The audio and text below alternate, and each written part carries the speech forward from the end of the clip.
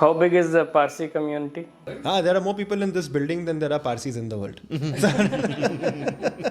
Oh, really? Yeah. It's a very small community. It's a very old community. Did you face any challenges when you tried to bring in your academic? You did BBA and then you joined your father's. सबसे पहला चीज़ I learned that my academic degree was worthless. The Parsi philosophy is to give back to the earth what you have taken. We'll come back to a little more fun time. Taare, Zameen, when did that happen and when were you in school? I was in the movie. Really? Yes. You know, it's an interesting one. I think this happens when founders fall in love with the solution, not the problem. There is a term these Gen Z people like to use. It's called trauma bonding. So every day सुख दुख के साथी. सुख दुख, and then 99% of doing a startup is दुख.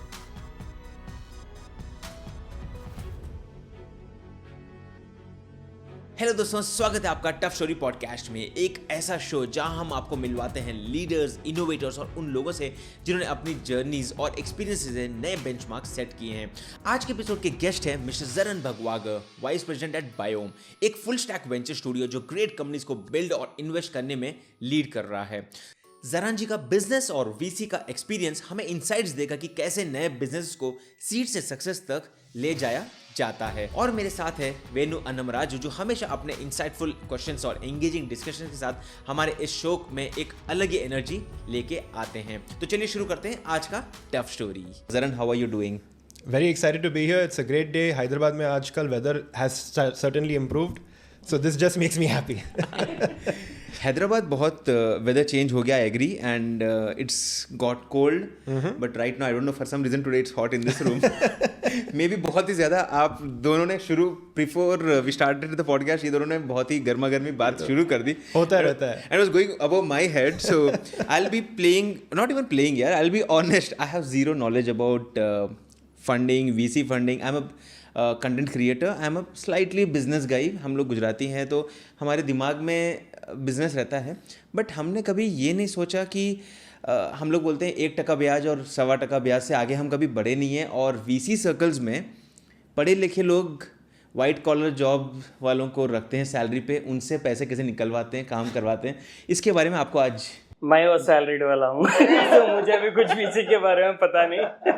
आपको knowledge है, so I would like to hear it from Jaran, and उसी के साथ साथ आप अपना एक्सपीरियंस भी शेयर करेंगे. But before I start off, would like to know your journey, like how did you start off? आप हैदराबाद से हो, कहाँ से हो? Actually, मैं नागपुर से हूँ. I was born in Nagpur in 92 and I spent a very fun childhood there in school until one day my teacher came to me and she said, देखो, या तो आप हिंदी अच्छे से सीखो या तो आप बाहर निकल जाओ क्योंकि आप बोर्ड्स फेल करने वाले हो. तो मैं बैठा सोचा ऐसे, okay fine, this Parsi Hindi is not going to get me good marks in the boards, मेरे को कुछ करना पड़ेगा नहीं तो डांट पड़ेगी.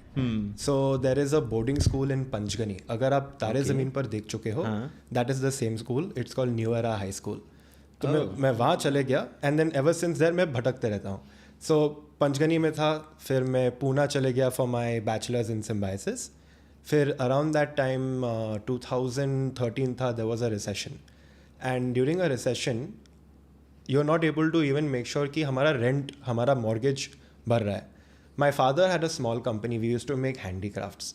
अब वो टाइम पे हैंडीक्राफ्ट कौन खरीदने वाला है? That is not the right time to buy these kinds of things. तो it was not a conversation कि जाओ जोमेटो ज्वाइन करो, कि जाओ येस बैंक ज्वाइन करो. फैक्ट्री है, फैक्ट्री का देखभाल करो. तो मैं वो 2-3 साल किया. We were very lucky by the grace of God. हमने simple logic and simple business practices किए. वहाँ हमने putting people on a proper platform डाले, focused on simple sales strategy like key account management. जो बड़ा आदमी है, जो बड़ा क्लाइंट है, उनको थोड़ा ज़्यादा सर्विस दो. Did you face any challenges when you try to bring in your academic? You did BBA and then you joined your father's. सबसे पहला चीज़ I learned that my academic degree was worthless. I always tell you business वाले यही बात सोचते हैं जी। I was recently invited by my relative from Canada की PR apply कर लिया और मैंने जैसे फॉर्म देखा उसमें बोला कि डिग्री से चाहिए. मैंने कहा ये तो सब फेंक दिया मैंने. इसकी तो मतलब कोई वैल्यू नहीं लगी मुझे तो कभी. वो तो I think I was telling my self that the same thing during the factory. क्योंकि आप कौन सा इकोनॉमिक एनालिसिस करने वाले हो जब माल गाड़ी में जाने वाला है. There is a container waiting to leave the gate where you going to sit and talk about management techniques. वो होता ही नहीं है. So there is what you learn in the classroom and then there is what is happening on the ground with the company. What things did you have to throw in the dustbin, unlearn, and what did you have to learn something new? I think जब आप college में हो और आपको बताया गया है कि you are going to become one of the business students of the country, you are going to do this, you are going to do that. Nobody tells you that आपको 10,000 small चीज़ें करने हैं to make a big thing happen. I think that is the first thing you have to unlearn. We get very excited when we're in business school that I'm going to go outside and I'm going to directly sit in the boardroom and direct a 10 crore deal. So that is the first thing. That is the first thing when I learned, and I am blessed by a father who did not give me any preferential treatment. In fact, my first job was sitting in the machine room and watching the machine wala manage how to carve the lakdi. So in fact, I didn't have a seat. I was told to move around. I was told to work with the people. It is a simple company. You take lakda, you carve it into a particular form, and then a carver from the regional area will come and give it a proper shape. We connect there, so we are your suppliers. हम लोग timber depot वाले. So we'll definitely talk after this. Patel timber depot सुना ही होगा. नाम तो सुना है. My name is Amit Patel, but on social media it's Amit Bhawani, क्योंकि बचपन में बताया गया था कि पटेल है तो वीज़ा नहीं मिलेगा. And that's a real fact. तो 10th में हमने easily नाम बदल दिया. फैमिली नेम जो होता है भवानी, हमारे में जो होता है वो हमने चेंज कर दिया. So I'm actually Amit Patel. So timber depot is our family business. पापा import करते हैं लकड़ी. So, जब आप बोलो लकड़ा तो मैंने कहा अच्छा हमने बचपन में लकड़ी 4-3 की लकड़ी चौखट डोर ये सब बेचे हैं. मैं तो अलंग जाके वो शिप का जो शिपरेक का लकड़ा रहता है ना वो भी जाके खरीद के आ चुका हूँ. तो पॉडकास्ट के बाद कुछ डील होगा. अच्छा पॉडकास्ट की ड्यूरिंग डील हो रहा है लग रहा है. तो यार तो वही कर रहा था. So that's a hard business actually, like considering जो गर्मी में धूप में लकड़ी के ऊपर काम होती है, लकड़ी सूख रही है. There are a lot of dynamics like which people in a AC room cannot even think about. They keep complaining कि we have a lot of stress.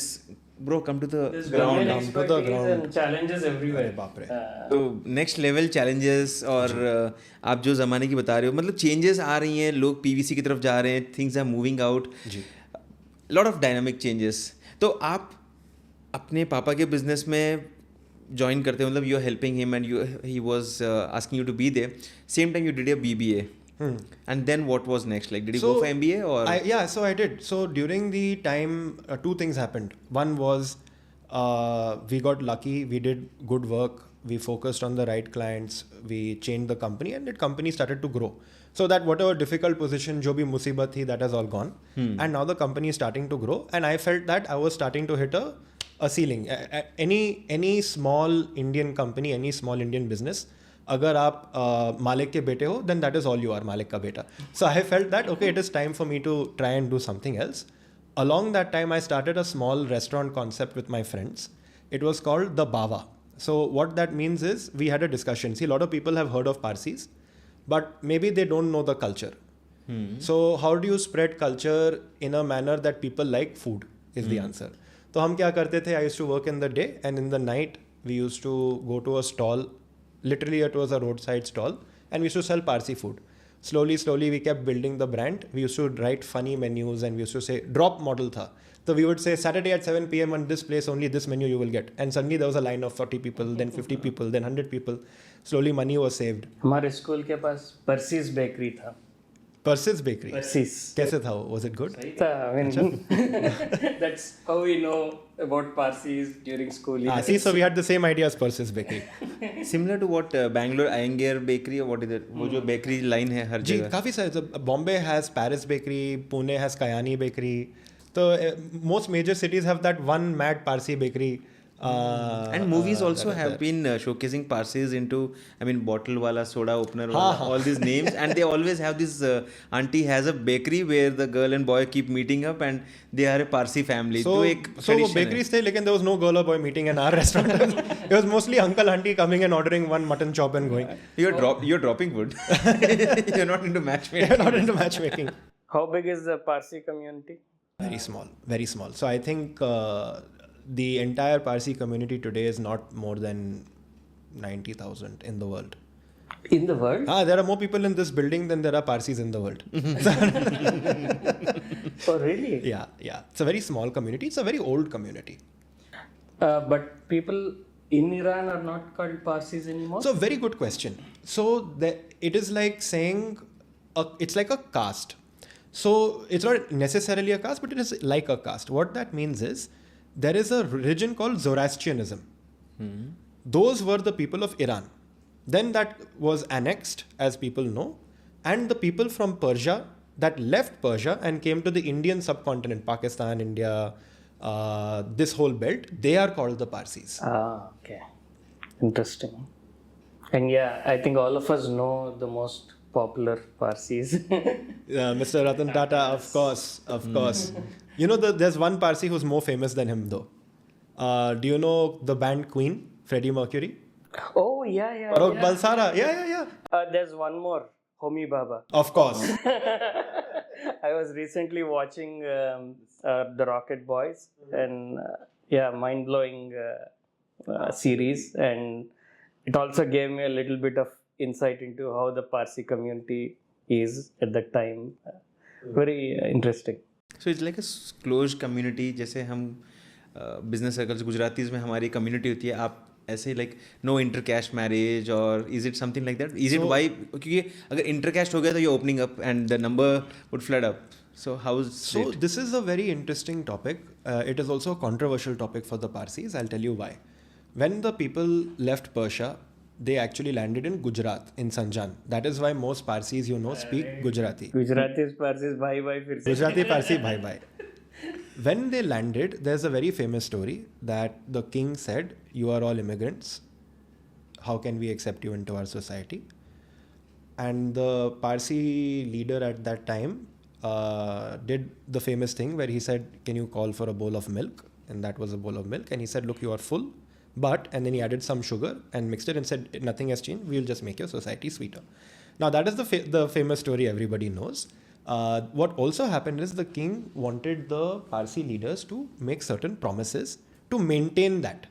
So one was no conversion, which is why conversion is not allowed.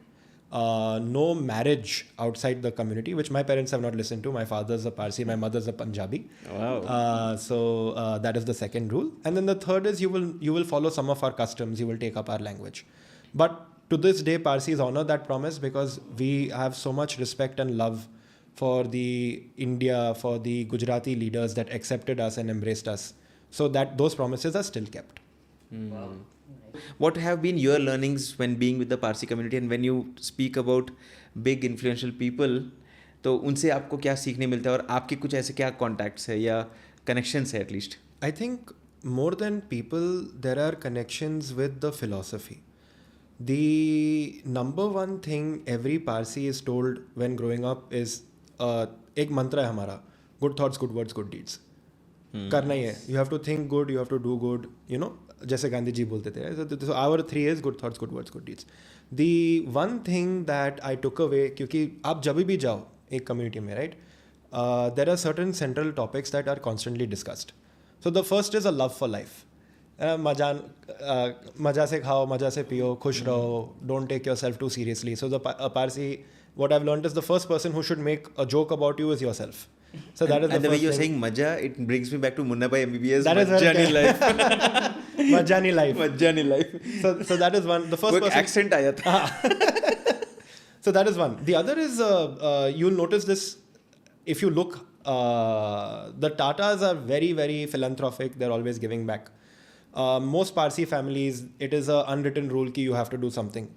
I think it is a genetically passed down trait of giving back to the country that gave us so much. See, we were refugees. We came on a boat with little bit of fire, our religious fire, that fire still burns in our country today. I think that has continued down. So one of the things you learn is no matter where you are in life, remember that you have to help other people. Remember that you give back.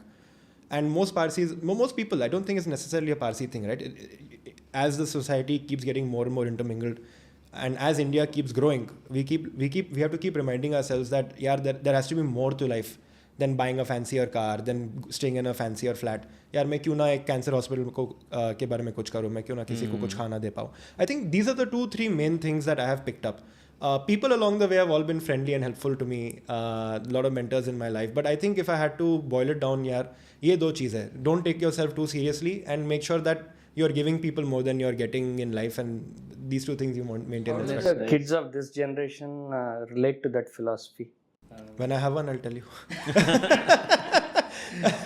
But I think kids in the Parsi community, do they relate with the Parsi heritage, or do they feel the need to be more mainstream? Or it's a good question. See, I have to call out that because I'm half Punjabi myself, मेरे दोनों चलते हैं, right? So it's very hard for me to be able to say कि clearly yes, everybody is, but there is a very strong sense of heritage and community because we tend to take after one another. Most people in Nagpur, for example, if they're economically disadvantaged, they're given housing.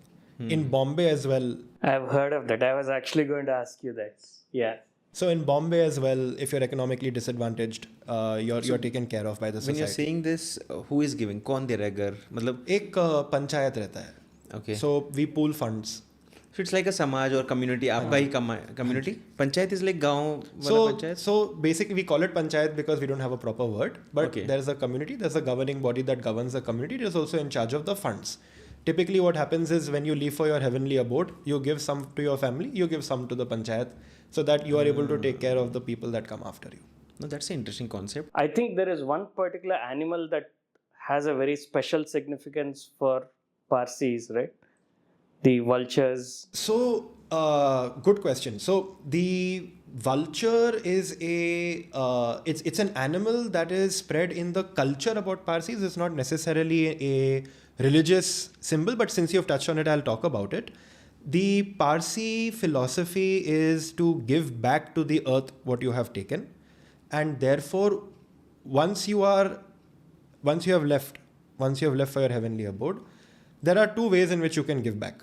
Right? One is you bury the body, and then you can allow the decomposition to happen, and you're now back to being one with nature. At that time, I don't know if the philosophy or the understanding of nature was that advanced. So another way to do this is to place the body in an area where nature can take care of it. So nature taking care of it, in one example, is in Bombay, you have Tower of Silence. You place the Parsi body there, and then vultures, other animals, other beings, part of the earth Shakti can come and eat and can come and take the body back. Different Parsi panchayats follow different ways of doing it. In Nagpur, where I'm born, we bury our dead. But it's different. I never heard about it, so it's a new thing for me.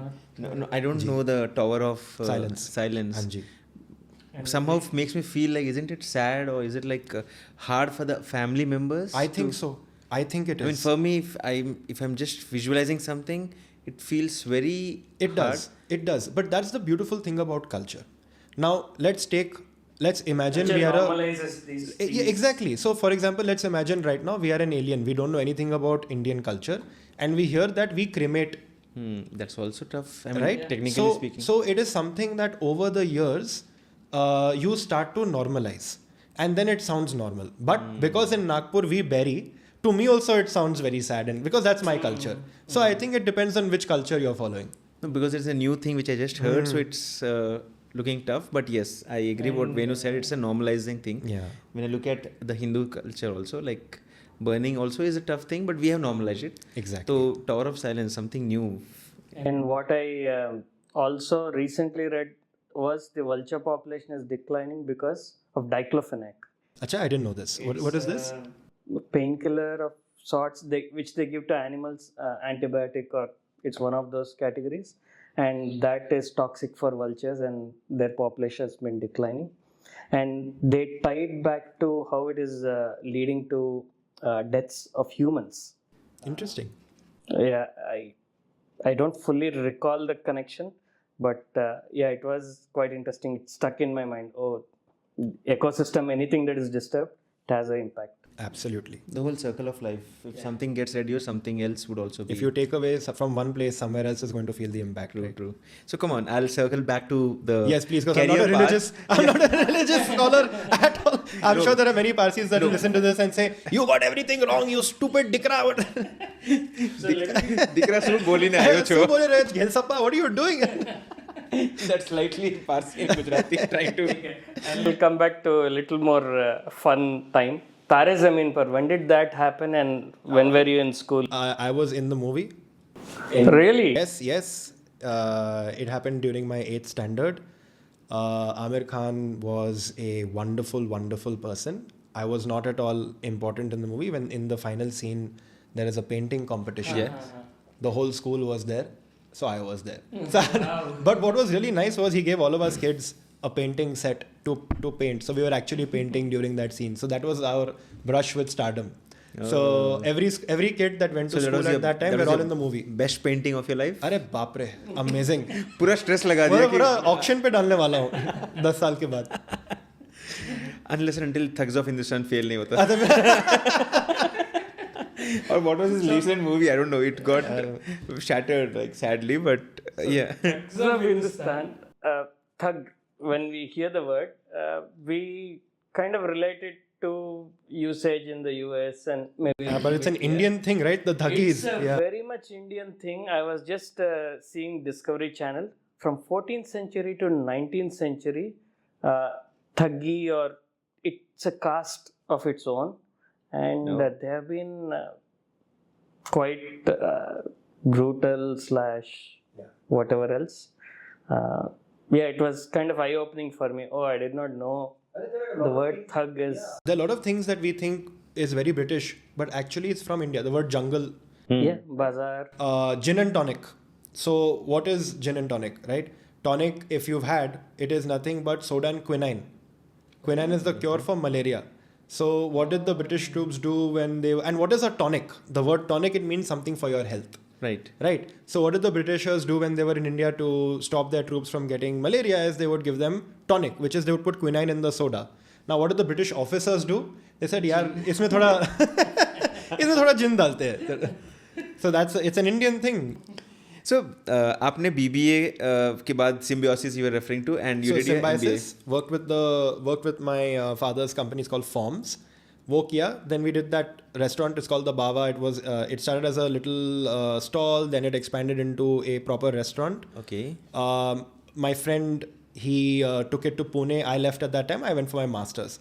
I did something called the CEMS, CEMS, Council of European Management Schools. It's a master in management program. You get to study in 2 universities. And typically these are good universities. So I was lucky enough to go to St. Gallen in Switzerland, which was a very, very eye-opening experience for me, because I came from the world of container ke piche bhago and all of that. Right? So suddenly to come sit and hear all of these very, very smart people around me, much more distinguished. It was a very interesting experience. I did the same thing every Indian kid does. Whatever the maximum amount of classes I could take, I took, and 18 hours I was just sitting in the library trying to play catch up. So yeah, I'm in the VC world now, but back then I didn't even know what VC was. I didn't even know what management consulting was. I was that focused on lakda container shipment, you know. So how difficult was it for your father to let you go, not be the Malik ka beta? You know, funny, I think at that time he was like, "Ja." You know, I think now he regrets it. He's like, "Thoda zyada hi dur chale gaya." But isn't it like, I don't know, Parsis का मुझे नहीं पता. हमारे गुजराती में तो मतलब लड़का पहले तो मना करते हैं, बट जैसे ही पैसा दिख रहा है बोलते हैं लड़के बेटा जा, जहाँ जाऊँ जा, जितलो आगे जाऊँ, आगे बढ़ो, जिंदगी में आगे बढ़ो. Proof of concept. MVP हो गया मेरा अभी. हमारे यहाँ बैलेंस शीट्स नहीं होती, but year and property valuation होता है. कुछ खरीदा इस साल, प्रॉपर्टी खरीदे बेटा, कहाँ खरीदी, कहीं भी खरीदी, कुछ किया ना तो लगे रहो. हमारा ये धंधा तो हम चला ही रहे हैं. Even if you come or not, as you are saying, हमें पता है वो बिजनेस इससे ऊपर नहीं बढ़ सकता है कुछ हद तक. तो if you are doing something, go explore it. So आपके केस में it might have been like, go कुछ बड़ा कर रहे हो? जाओ कर लो, see the world. Very supportive. In fact, I think the driving force was my mother. She, you know, typical Punjabi, मेरा बेटा बाहर जाके पढ़ेगा ही, and मेरा बेटा पढ़ेगा, you know. So there was a lot of that. I also felt like I was reaching a little bit of a ceiling. But so now tell me, आपने MBA, BBA, आपने business side से focus किया. So how did you think about what you're doing right now? So can you first tell me what you're doing right now? Like when you talk about VC, मेरे लिए तो VC का मतलब है कि बस कोई ऐसा बंदा है, कोई एक कंपनी है जो सबको पैसे दे रही है और बोल रही है कि उड़ जाओ, और अगर बहुत बड़े हो गए तो हमारा फ़ायदा है, नहीं तो कुछ नहीं. So how does it work? And you are giving money without interest. Yes. That's the risk reward. With a lot of interest. They have that kind of interest, not the actual interest. नहीं, VC is a very interesting beast. The idea is कि you want to find what you believe will be a enduring generational company. I want to be an investor in the next Tata. I want to be an investor in the next Flipkart. इतने सारे तो होते नहीं हैं. If you look at any 10 companies that start, 9 are going to fail. It is a fact. Now, of the 10 that start... Are you being very kind by saying 1 in 10 will succeed? I was like 1 in 100. Exactly. Mind में number calculate 99% versus 90%. He gave a 9% additional benefit. मैं number से सोचता हूँ. So that's the thing. So the job of a good venture capitalist is to take a lot of risk. You want to take risk. अगर आप safe game खेल रहे हो तो आपको safe return भी मिलेगा. बैंक में ही डाल दो. बैंक में डाल दो. Buy a good blue chip stock. It will give you great return. There is nothing. In fact, we always tell the people that are investing in us, first figure out, have you covered your bases fully? Are you well protected? Think of this as money that you're okay if it doesn't work out. Yes. Because it is a high risk asset class. So what is the job of a venture capitalist? The job of a venture capitalist is, can you spot tomorrow's next big company and get in and fund them and enable them today? Up, you don't know. That is the jao bhago part. Unfortunately, it is not that easy. I wish it was. So you are actively on the board. You want to make sure that the path that the company is on ethically, directionally. In how many boards can you be? Don't you get stretched thin? Or do you have to first focus on picking those right? You do. So you only join a board if you have the right relationship with the entrepreneur and the right understanding of the business. You don't want to join a board just because you have a fancy name and people want you on it, which happens from time to time. But the idea is that you want to be helpful to the entrepreneur where the entrepreneur wants, but otherwise get out of their way. See, अगर आप कर सकते थे तो आप कर लो ना. A lot of entrepreneurs, what do they need? They need the right amount of capital. They need the right guidance at the right time. And that's it. No distraction. So no interference, you mean? No interference. So a good VC knows when to step in and provide the support and when to keep quiet and let the founder do their job properly. Because at the end of the day, it is the founder's company. You are a part of their journey. You are an enabler in the journey, but it is not your journey. You should not take the direction. Yeah. Does this equation sometimes get forgotten or get blurred, where VCs feel, oh, I want to make this work, but maybe the founder is wrong, or at some point they can't scale, so they See, these are very delicate situations, but this happens. Now, it is two parties have to play the game. When you are taking even $1 from a venture capitalist, you have to understand mentally the game you are playing. आप regular founder, regular entrepreneur, regular businessman अभी नहीं हो. Because जो VC है, he has a fiduciary responsibility, a legally protected responsibility to protect the money of his investor. He is giving you money not out of charity, but out of a motive to grow the business, yes, but to grow the capital that he has invested in your business. Therefore, you are also a fiduciary to your investor. So if I'm a founder and I'm taking whatever, let's call it 100 rupees from a VC, then both the VC and I are responsible for that 100 rupees. If I'm behaving in a manner that is unethical, for example, then we are not managing that 100 rupees properly. Then you are not doing right by the hundreds of employees, the other stakeholders you have, your customers. Do you feel founders get that part right? when they take VCs or when they approach VCs? Do they understand the expectations involved on what they need to do or how to work with VCs to succeed? I think the latter they get, but the former they don't. A lot of times when founders want to get funded, it is because they has a passion. First of all, why do you start a company? There is some keeda in you. There is something broken in you. कि यार ये करना ही है. I have to do it. Everybody knows business is hard. Nobody has a fantasy कि मैं आज business चालू करूँगा, कल 100 crore कमाऊँगा and I'll have a. वो ऐसे सोचने वाले भी रहते हैं. But if you're serious, you are very passionate about this problem. You are very passionate about this industry. मैं कुछ करूँगा. I have to get this done. Right? You're so caught up and you're so excited and you're so focused on that कि sometimes you forget to understand some of the nuances. I've had these conversations with a lot of my friends who want to start companies, right? Zaran mein koi VC ko introduce kar de, I want to do this, I want to do that. And then I'll ask a few questions, right? Are you comfortable reporting to a board?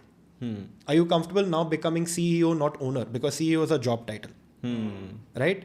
Are you comfortable being told what to do? Are you comfortable selling your business? A lot of founders may have a problem with that because Exactly. they have been taking all the decisions themselves by their gut. Sometimes your gut need not need hard data. Correct. You can just move. Correct. But you're accountable to someone, you need to show them data. Correct. So that is one persona, founders who just need to understand a bit better. But today's ecosystem, founders are getting more and more sophisticated.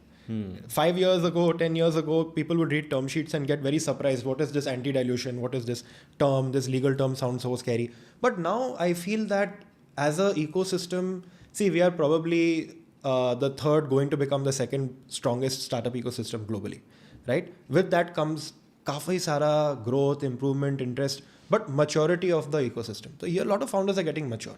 Now they know the game they're playing.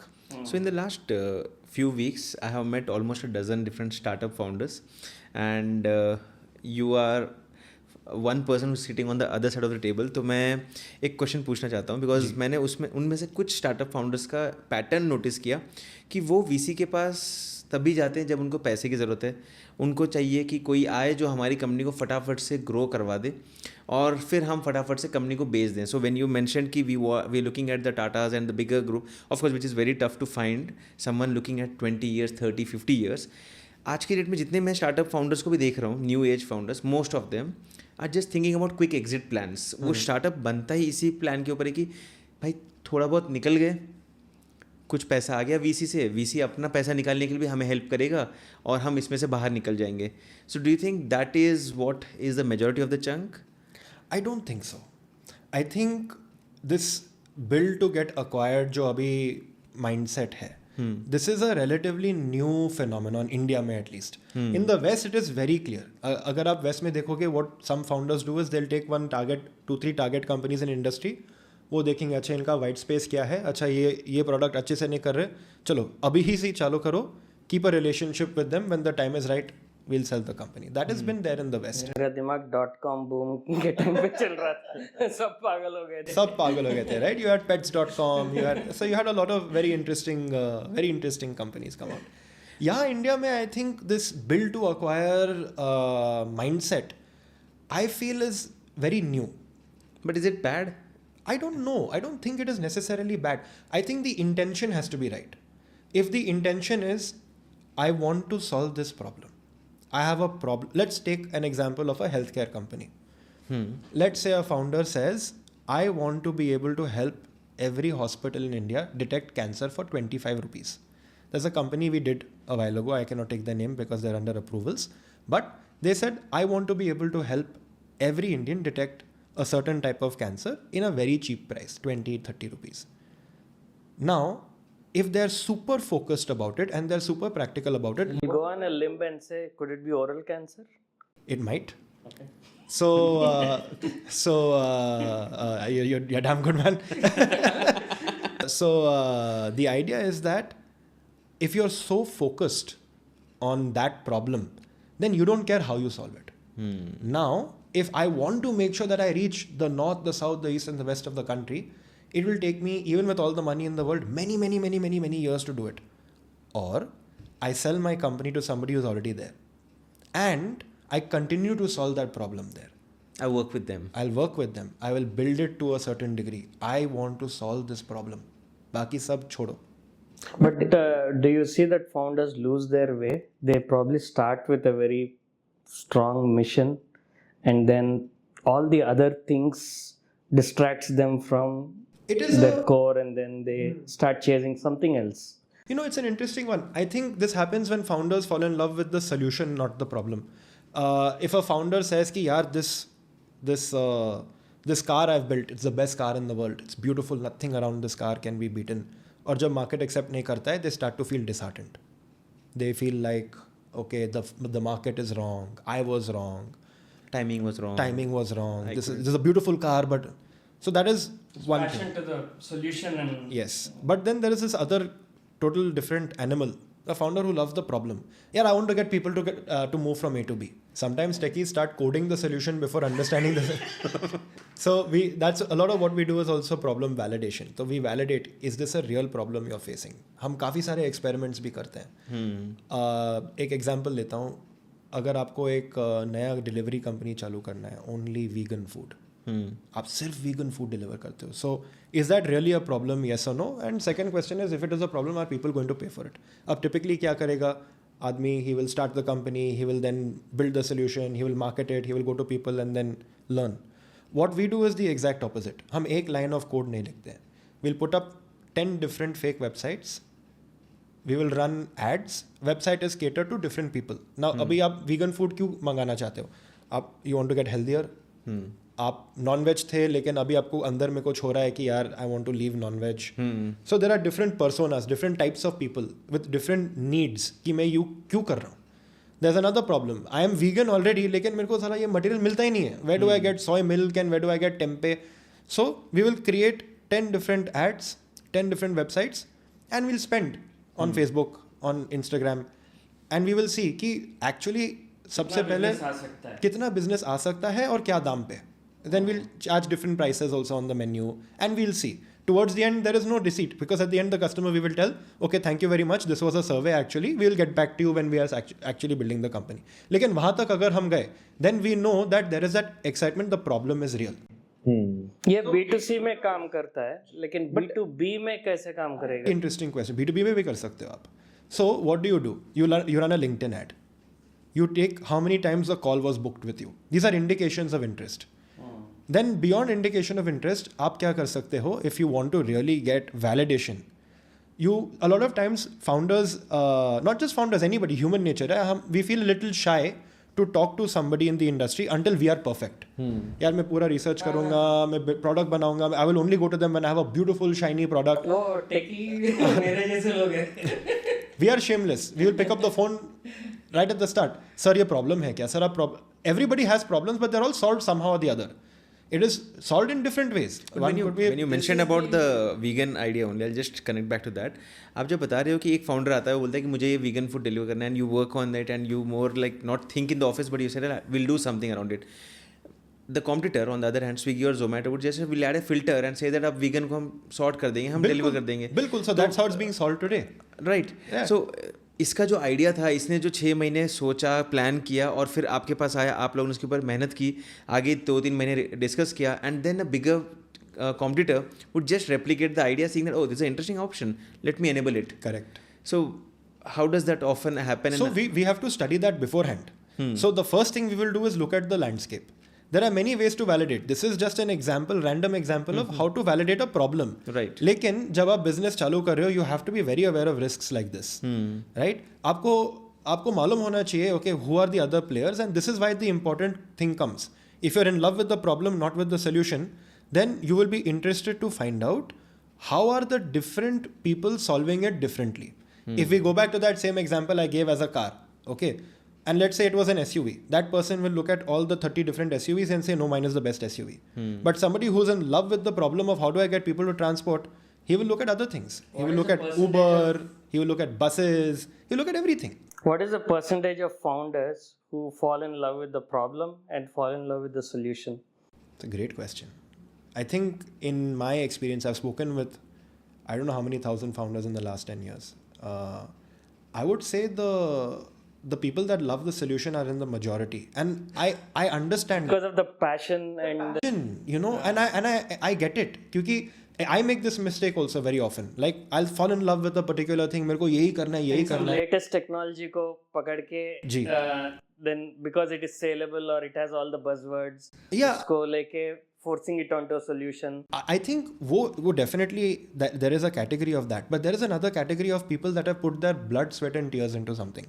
Their heart and soul is in it, So then when somebody comes and says, "Yaar, ye aise nahi hai, waise nahi hai," the reaction, it is visceral. It is very like, how can you say this about? Very defensive. And Yes. Yeah. So I believe when a founder has put so much passion into building this, it is a natural human behavior to fall in love with it. It is your baby. So I think this happens when people are a little younger and they directly jump to solving a problem. I think there's that very famous line, no? First time founder, their focus is on product. Second time founder, their focus is on distribution, which means they want to understand how do I get it into their hands. Because that failed the last time probably. So talking I think about failure, Zaman, what was one of your first initial investments जहाँ पे you literally failed? I mean, आपने पैसा किसी के ऊपर bet किया and did you fail, or any of your personal investments or business which failed? So the one of the first investments I did when I joined Anthill was a company in the fintech space. Okay. And as a young associate at that time, I fell in love with the founder. I felt like this founder is amazing. His background is amazing. You're not married yet? That time? No, I'm not. But my girlfriend will kill me if she hears. No, you say you're in love with the founder. No, in the sense that very good founder. Very good older male founder. No, so he was... That disclaimer also doesn't work in these days. I liked the person's background and I liked the person's intensity. He was a founder in love with the problem. Unfortunately, the problem was too hard to solve. It was in the fintech space. I don't want to give a lot of details. India. It was in India. It was in a payment space. I work in the fintech. Wonderful. So we'll talk afterwards. Yes. So I think the error that we all made was we underestimated how easy it was for a regulatory change to kill the business. I was going to say that. Yes. So the company went up, everybody got very excited, there was a lot of action, movement, and then RBI came and said no. And then that was it. So that was, I think, we ended up selling the company, but not for a lot. That was, I would say, my first big... so roughly, if you could share some numbers just for motivation, like I'm a numbers guy, तो मुझे numbers समझ में आते हैं. कितना आपने पैसा डाला? It was obviously, I think, on behalf of Anthill Ventures. हाँ जी. So how much loss did you take? Or so you can say that we were invested in that company for, I think, 3.5 years. Okay. And at the end of the 3.5 years, we only got our money back, which was a 1x. But that in the VC world is a big failure. He wants numbers. Millions hai, billions. No, millions, billions nahi the. I think we had put in around $200,000 and we got back $200,000. So that was on behalf of Anthill. Apne personally, you have also post your initial gigs of the food business and everything. Your learnings there, kahan pe paisa banaya ya gawaya, what have been experiences? Like if you ask me, I'll open up to you so you openly understand my point of view. If you ask me, where did you lose your biggest money? It was F&O, stock market F&O. And I lost money openly. And मैं सबको बोलता हूँ, please don't do F&O. Yeah. So that's the way I'm asking you. Like, what is that area where you lost money and you feel that I wish I didn't do that? हाँ, इस area में मत जाना. I think we were talking about this earlier. I lost a lot of money in unlisted stocks. So I got very excited. There was a company, it's still around today. It's doing quite well. No, we discussed. We discussed. I think we made the same. So I got very excited, and I think I made the mistake of talking to the company's management, and I got very, very, very impressed. So this is my mistake. As you can see, this is a pattern. I really like the person. तो ये बात बहुत होती है कि unlisted market is also like, I don't know, it's regulated or not, it's slightly regulated. Gray area, right? So VC investments are all going through a legal route and everything.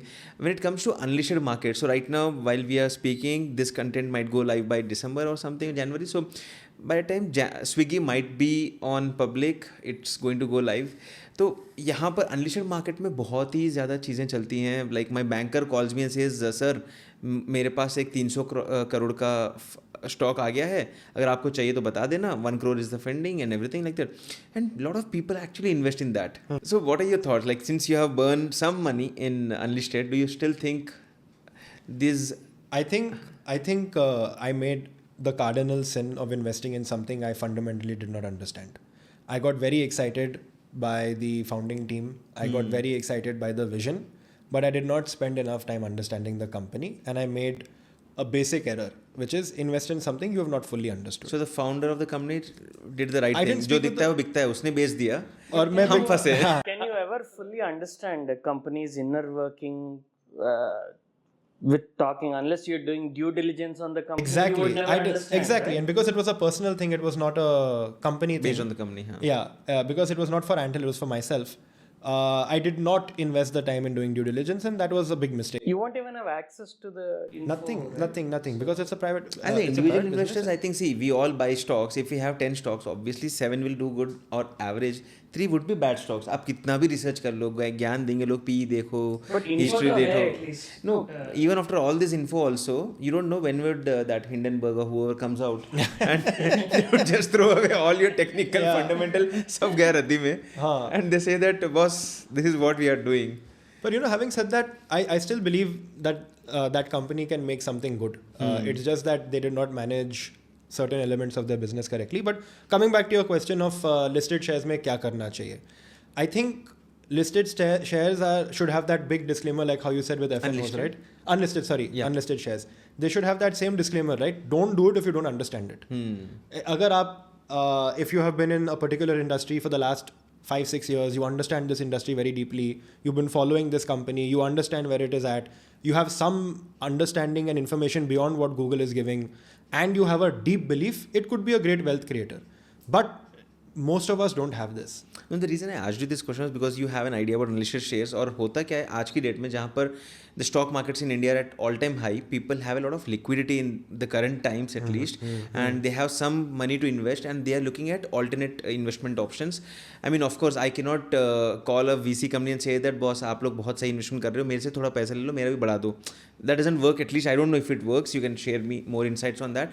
So people get lured by the people in the market who just call and say कि sir Swiggy 500 रुपये में मिल रहा है. वैसे बिल्कुल नहीं करना चाहिए. और लोग blindly invest कर रहे हैं. I know many people are doing it because they are sold a dream that Bajaj IPO within 3 days, next 3 days it's going double, 100% up. तो आप 500 रुपये में अभी ले लीजिए, 50 लाख डाल दो, and the actual unlisted price is way lower than that, and they don't even know that.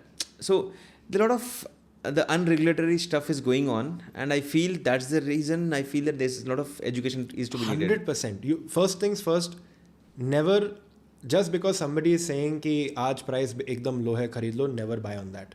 Because if it was that amazing an opportunity, they would buy it all themselves. They would be silent. They would not be issuing advisories. They would be buying it themselves. And then you should always ask. See, the other thing is we feel a little shy to ask the other person, तेरा commission क्या है इसमें? If you ask that question, you only get the answer.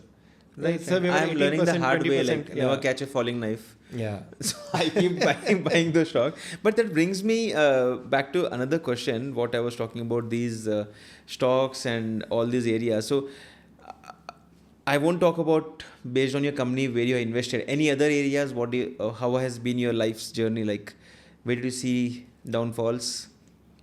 Learnings, कहाँ आपने देखा कि business में गलतियाँ की हैं, क्या सीखने मिला? या हर जगह मतलब बल्ले बल्ले ही हो गया है? नहीं, I think very blessed that the portfolio of companies that we built at Antel are touchwood doing quite okay. But we did see one big failure due to an ethical lapse. And that's why ethics is a big thing I keep talking about. There was a Swedish company and they were talking about a electric vehicle, Tata Nano type car, very cheap electric vehicle. And the founder had a lot of pedigree. And we all got swept away with the vision and the videos. and the promises and the continuous updates that we were receiving, until one of the investors actually went to the floor and found that a lot of if the promise was 10, they were probably at a 5. So when an inquiry was opened up, we realized that okay, maybe the founder was not outright lying, but not giving the full picture, and that led to a company shutting down. So that was a very hard learned lesson, which is you have to back your founders fully, you have to believe in them fully, but the minute there is an ethical lapse, that is going to be a tough. Earlier you mentioned about Anthill, and वहाँ से you shifted to Biome. Correct. And when I was searching some info about you, initially I felt Biome is like gut bacteria, ये सब related. नाम का connection क्या है? What does? Okay, so Biome actually was created while we were at Zelpmock. So I'd come out of Anthill, I joined this company called Zelpmock. It's the word complex turned around. Started by a absolute genius. His name is Sandeepan Chattopadhyay. He started Money Control. Then was the CTO of Just Dial, and along the way did a lot of great work in the startup ecosystem, angel in many prominent companies, and took Zelp public. And what Zelp did was data science solutioning for great big companies that had very important and interesting problems. और जहाँ उनको एक problem मिला, but no real client, they said चलो एक company बनाते हैं. So that became like their venture building arm. So they built some 15 companies. So at Zelp, there was this division called Zelp Startup Ventures. Okay. It was led by Srinivas Kolipara. He is the person that was the brains and the idea behind T-Hub, which today is the world's largest innovation campus. And then myself, a gentleman by the name of Madhu Pumalil, he was the country manager and managing director at DE Shaw here in Hyderabad. And as a team, the idea and the concept of Biome was born, where we said, Zelp is a publicly listed company. We need to play a bigger and a different game, but within the company, it will be a little hard. So we spun out of Zelp, we came out, we set up Biome. And of course, Zelp is a partner in what we're doing right now. So we took that heritage and the learning of those 15 companies built. And now our job as Biome is to do two things. We will build a company ground up alongside an individual, or we will invest in a small, very young company and help them grow. Now, where did Biome come from? What is a biome? A biome is an ecosystem that allows other organisms to grow. आपने सुने होंगे microbiome. Okay, I was not completely wrong then.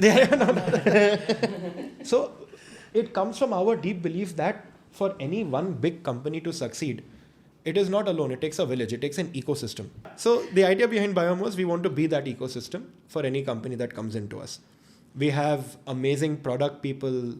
We have amazing talent people, finance people, researchers, engineers, all of whom want to work on the company, build the company with a person to take it to success. The other thing is each individual is a very strong name in their field. So if somebody is working with you on product, our product lead, Mr. Kaustav Patekar, fantastic individual, IIT, फिर NASA grant मिला, MIT चले गए, aeronautical engineering the whole way, director of product at many multinational companies, and now he will build product with you. So if you wanted to start a startup yourself and to get somebody like Kaustav, you have to raise a lot of money or give a lot of equity. Here, none of that is the problem. So this is the idea behind Biome. We want to be that ecosystem that allows you to build your company and to thrive. And what is typically the opportunity cost if, say, someone partners with Biome? Versus if they didn't do it, right? Yeah. So I think the opportunity cost here is time and money. The way in which you would do it without Biome is, let's say अगर आप एक technical person हो, या let's say simple easy to understand example, आप एक person हो जो you understand business, but you're not technical, you don't have a product. First thing, what will you do? You will get a CTO. अब आप CTO को 40%, 50% equity देना ही पड़ेगा. Then for the CTO to build, he will need some people. So you raise money, or you ask your friends to give money. So they will get some equity. Means you get diluted down. पहला problem वहीं पे आता है. ठीक है, CTO का hire किया. How does the legal arrangement look like between the two? And typically this becomes a problem down the line when there is money. Yes, 100%. Unless you sign a proper co-founder agreement, there will be disputes down the way. और ये actually हमारे culture में it is a bigger problem. in the West, people are very cut to cut. There is no emotion. There is obviously some emotion, but they're very direct.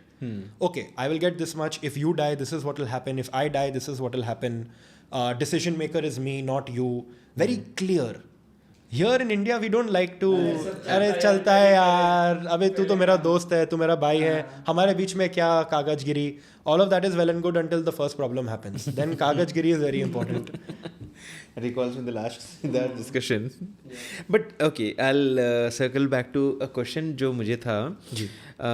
When I was going through Biome's website and stuff, and you're into VC funding, आप startups में invest कर रहे हो, you're helping them grow. Then what is the whole AI role coming in? What is this Biome bot and AI and all these things? And You found Biome bot. Okay, so just want to understand, why does a VC fund need a bot or AI? Or I tried it to use it, saying that hey, can get funded. Exactly. I asked this because it told me like, you know, I can be your co-founder or something. I said okay, be my co-founder, get me money from your company.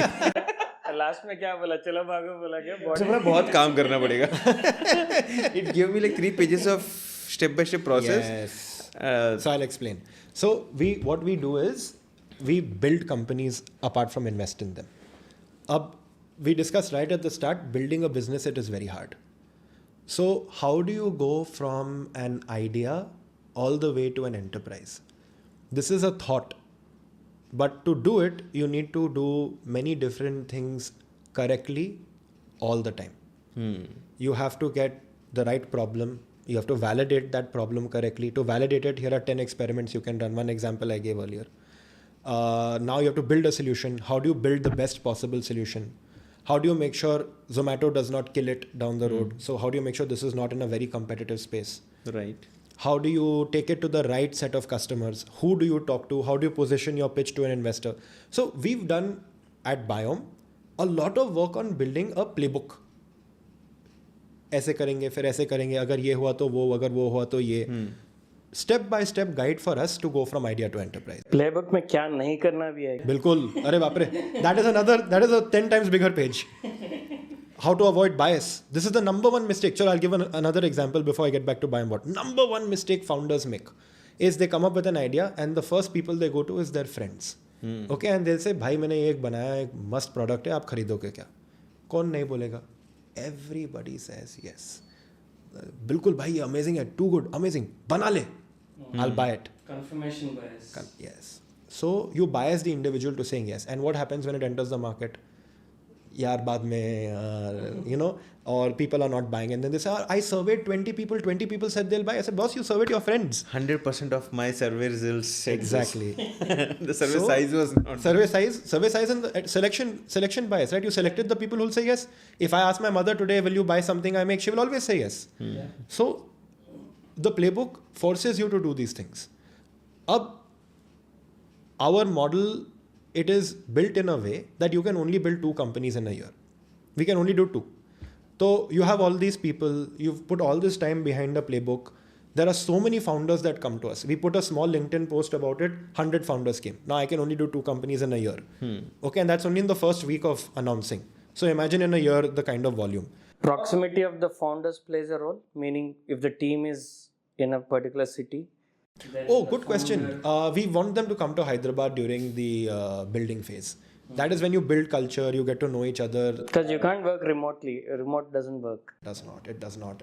It's great when you're stable, when you're large. Zerodha, actually the CTO of Zerodha put out a very well written post about this. कि उनने hybrid कैसे किए, उनने remote कैसे किए, what are the rules they had to do. But he himself said that we were lucky the pandemic, the way the things went, we built our systems in that way. Forced everyone to adapt. And after that, they still had to, in the creative functions, turn hybrid, right? But I think they've cracked it beautifully. But in the early days, I don't think when you're doing creative work like building a company, remote works. So when we had this issue, right, we said, okay, there's so many people. How can we give them support? How can we help them with the playbook? Now, I cannot release my playbook to the world. It is something I have spent 9 months on. My team has spent so much time on. So we said, great. Let's train an open AI GPT on it. So we uploaded all of our playbooks onto GPT and we wrote a huge prompt. if a founder says this, उनको वैसे help करो, अगर founder वो बोलता है तो उनको वैसे help करो. And then we tested it. So we followed our own playbook. We gave it to 20 entrepreneurs. And we said, bhai, please isko use karke, give us feedback. So feedback started coming in. Answers are too short, that's why you got a longer answer. Competitive analysis is not well done, तो हमने redo किया. You are giving little bit too high funda things, तो हमने redo किया. Then we got some feedback, yaar, you are helping me articulate my problem very well. Investor, when I told him my problem in the way your bot wrote, investor liked it a lot. So this was a good learning for us. So we asked few more people. Then we made it more and more clear. And I think when you would have used it, it would have rewritten your problem for you. Or it should have. So we have created Biome bot as a free tool to give back to the ecosystem, to the community.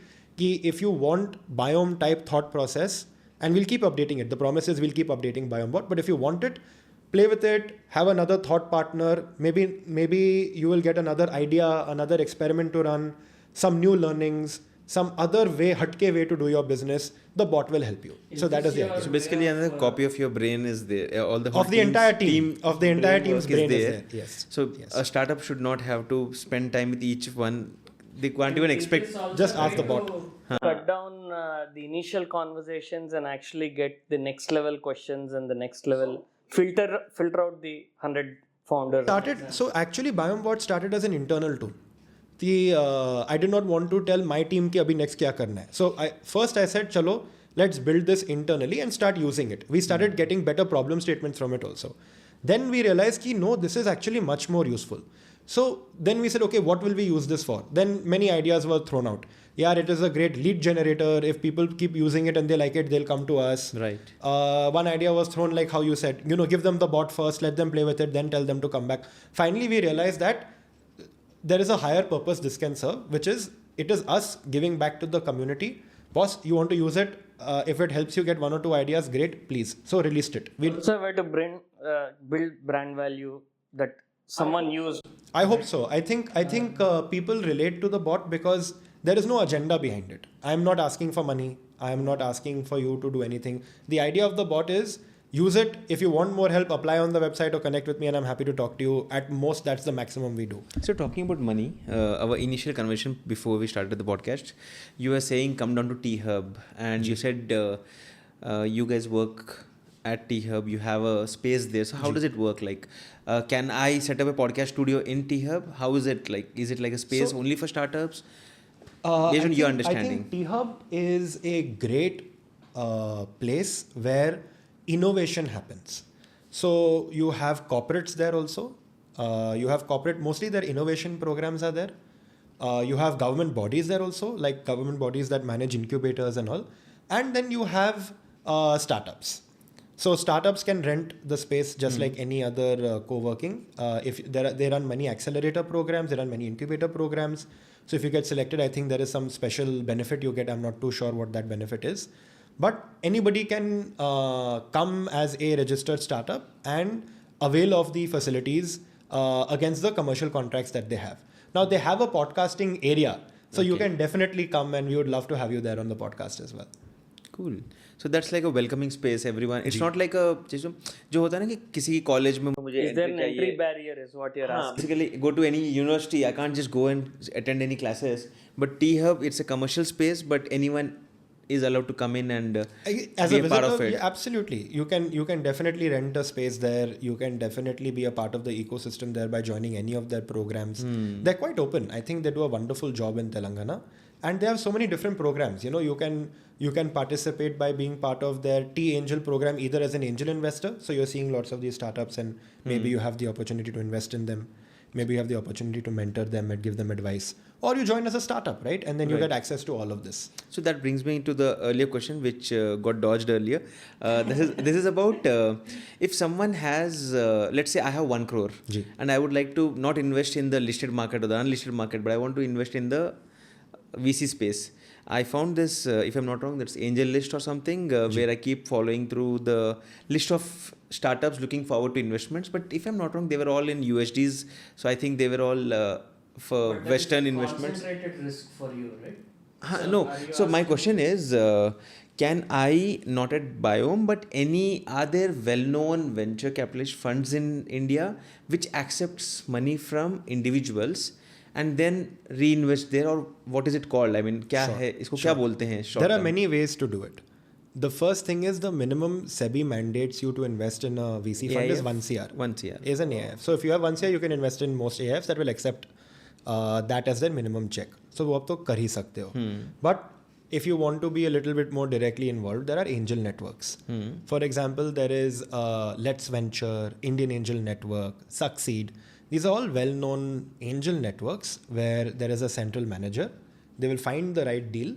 They will analyze the deal and then they will take it to their group of angels. Now, maybe the group of angels is 100, 500, 1,000. Depends on the kind. Some of them are very small, but the people are concentrated. They put bigger bets. And then you get to take a choice.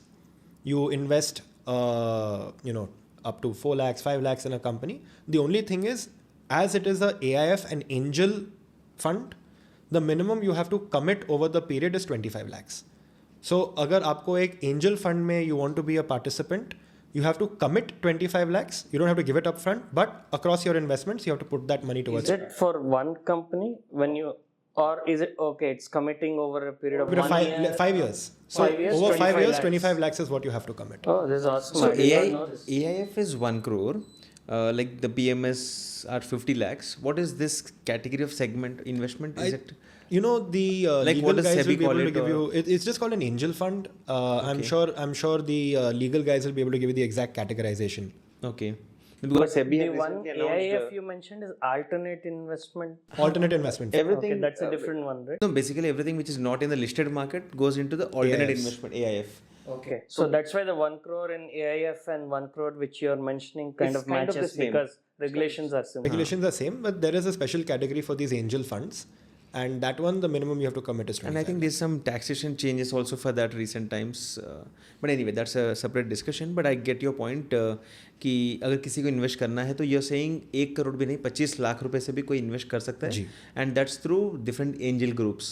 Correct. Or you can invest directly yourself if you find a startup that you really like. But that's a that more is a risky bet, right? Very risky. One of very the difficult. startups in my society, I wouldn't want to name them, but they were asking for funding and they were on Shark Tank later and they got rejected there. Then I felt that glad I didn't invest. If they got funded in Shark Tank and got the publicity of wow factor, then my money would have Maybe. maybe I would have got good returns. Basically, we don't have the abilities to judge or evaluate a startup as much as some of you can. I would just look at the numbers in return. I won't care about what they think, the philosophy, वो जो ज्ञान है, वो जो सपने बेच रहे हैं, मुझे कोई मतलब नहीं है भाई. मुझे बैंक FD से ज़्यादा स्टॉक मार्केट से भी ज़्यादा रिटर्न चाहिए. मुझे बस मेरा पॉइंट ऑफ व्यू तो उतना ही रहेगा, मुझसे ज़्यादा नहीं रहेगा. अब वो आके मुझे बेचेंगे नहीं, it's a 5 years plan, boss, give me something earlier. And that's where angel investing also looks little tough for individuals. It is. Which is why my question was not about angel investing, about venture capital funds, investments. Well-known companies, do they take money from individuals like crowdfunding or something? Well-known VC funds, you mean? Absolutely.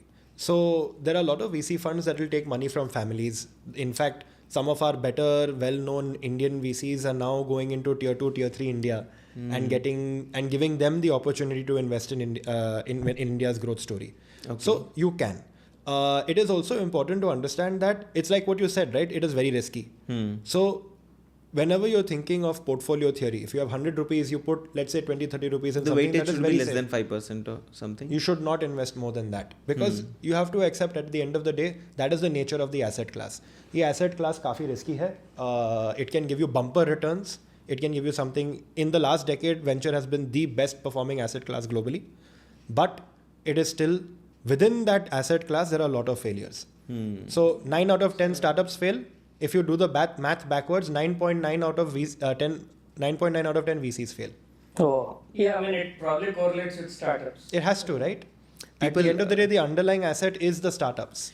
People on the social media keep trolling Vijay Shekhar. I feel unfortunate कि Paytm के founder को लोग troll करते हैं कि इतना पैसा डुबाया. मैं बोलता हूँ he is the smartest guy. उसने किसका सबसे ज़्यादा डुबाया? वो सोचो. He is the smartest guy who could get funding from the biggest guys.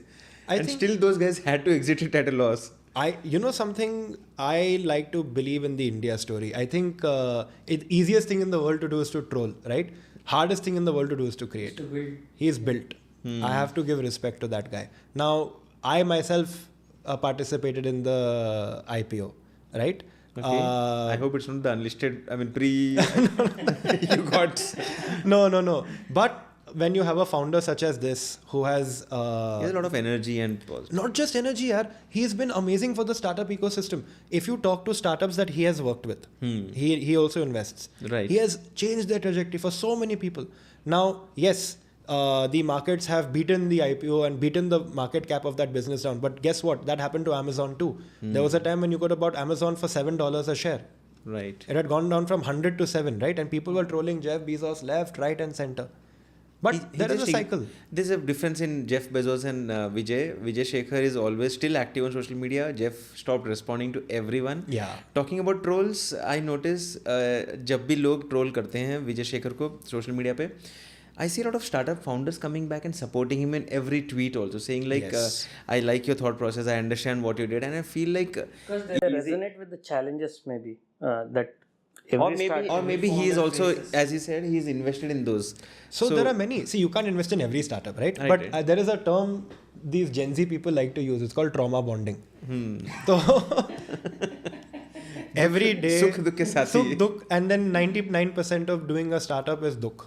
Okay, you have customer has not come on time to pay. Customer has left us. Last minute the round is not closed. So every startup founder is going through some dukh. Whenever you see a startup founder, give them a hug. Okay, there is always some major fire they're putting out. They're in that game because they love it.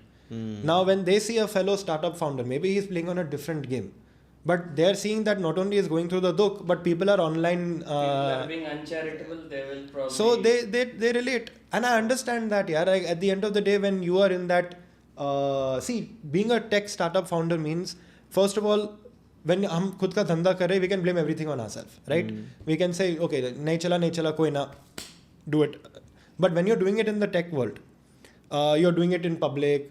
People are commenting on what you're doing. You have these customers that are very big that you're very scared of, that can threaten your business at any time. It's a different game. So I think that there's a lot of trauma bonding going on. So when you जब आप बता रहे हो कि there's a lot of सुख दुख दोनों साथी है उसमें और दुख तो ज़्यादा ही है उनके पास. I think that also resonates with the fact which I was earlier saying कि most of these guys look for quick exits. So I think this is also a reason कि after a while they give up also कि भाई बहुत हो गया, मैंने इतना मेहनत किया, कुछ सालों से मैं कोशिश कर रहा हूँ, फंडिंग नहीं मिली, जब फंडिंग मिल गई सब कुछ हो गया तो मार्केट ख़त्म हो गई या मार्केट में बड़े कॉम्पिटिटर आ गए, सब सही जा रहा है, government policies will break up everything. So there's a lot of challenging things happening, like dynamically challenging things. So what are your thoughts about the government policies? क्या लग रहा है कि now in the last 10 years or 15 years of the government change, is it pro startup culture, pro business culture, or you think? I think in every single budget in the last few years the word startup has come up, right? So that means that there is a very strong and positive policy momentum, not just at a national level but at a state level also. I'll tell you, let's forget all the fancy top level news that we see because that is in our face. I would welcome every Indian to go to their local engineering college and go see their innovation department, go see their incubator. You will feel such pride and joy for our nation. There is a 3D printer, there is a CNC machine, children are sitting and working on their next project. That is the real startup culture. That is where every nook and corner. I went to a place in Orissa, I went to a place in Chhattisgarh, and they said, sir, come, we would like to show you the innovation. I was amazed. What a beautiful machine they have. And I could not even imagine in the late 90s that you go to a local, I'm not even talking IITs and all. IITs you can understand it, but a tier 2 city, tier 2 engineering college, they have top of the line infrastructure supported by the government. Because they're all thinking that we might also become the next and unicorn. They're supported by the government, right? So when you see this, it's okay and easy to get excited by all the top level stuff. ये policy change होके ये company बड़ा हो गया, ये policy change करके ये बड़ा company चले गया नीचे. But at the grassroots level, yes. But see, this is all being impressive and it's pushing people, it's pushing people to the next level. Like, you know, कि लोग सबको लगता है कि startup में future है, तो people are jumping towards startups, people are jumping towards all these systems.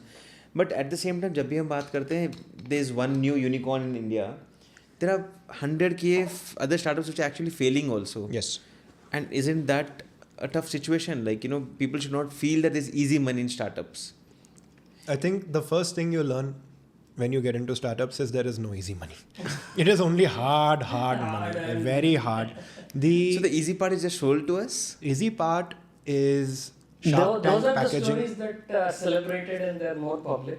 When you see, we only read extremes, and humans are people that like stories. And you never tell a boring story. You will tell amazing, Arey, I put 1 lakh and I got 10 crore. I've been asking you from 2 hours, all your boring stories or your tough stories, because And even failures are always talked about when after success. or after a drink. Not after a drink. I mean, I don't drink, but I enjoy those companies जहाँ पे सब अपनी stories बता रहे हैं. So, I mean, our podcast name is called Tough Story. So, we want to hear everyone's tough stories, and people we meet for the first time, they just want to showcase their best stories, not the tough stories. And सबका कोई ना कोई एक दुख वाला एक zone होता है life में, वो भी होना चाहिए, वो भी बताना चाहिए. So, in the world of Insta, it's all a facade where everyone is trying to show their happy stories. No, I'm a Twitter person. Twitter is all blunt. सीधा मुंह पे गाली. कुछ लिखा, ये चोर है, ये स्टार्टअप का फाउंडर ऐसा है. और वहीं पे इंस्टा में उसको ग्लोरीफाई करते हैं. Nice, see his Porsche, see this guy is so nice. Vijay Shekhar also would be given. I'll tell you what. I'll give you a tough, like where I failed very badly. So before Anthill, I was in a company called Mountain Partners. So Mountain is a Swiss-based investor and operator. They build companies, they invest in companies. It started very well. I went to Bangkok and we built out one of their portfolio companies. And that company was like a rocket ship. They went on to do good things, and there was a good exit actually also. But they said, okay, now go do another company, Malaysia ja. And that time I was reporting to the MD. This time they said, tu hi bana le. So you have to go as the EIR, the CEO type, build that company. So there I went and I realized very quickly how incredibly hard it is. And that's why even I have that trauma bonding, as they call it, right? So hiring karna pada. It was a digital marketing solution.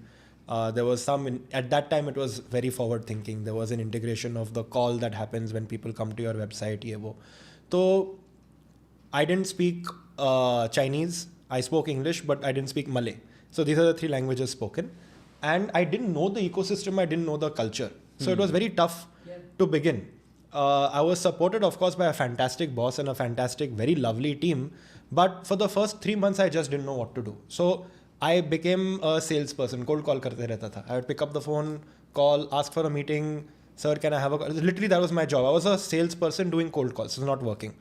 We tried. We got some meetings, some one clinic we closed, some small thing we closed. Then dimag ki batti jali, we said, okay, fine.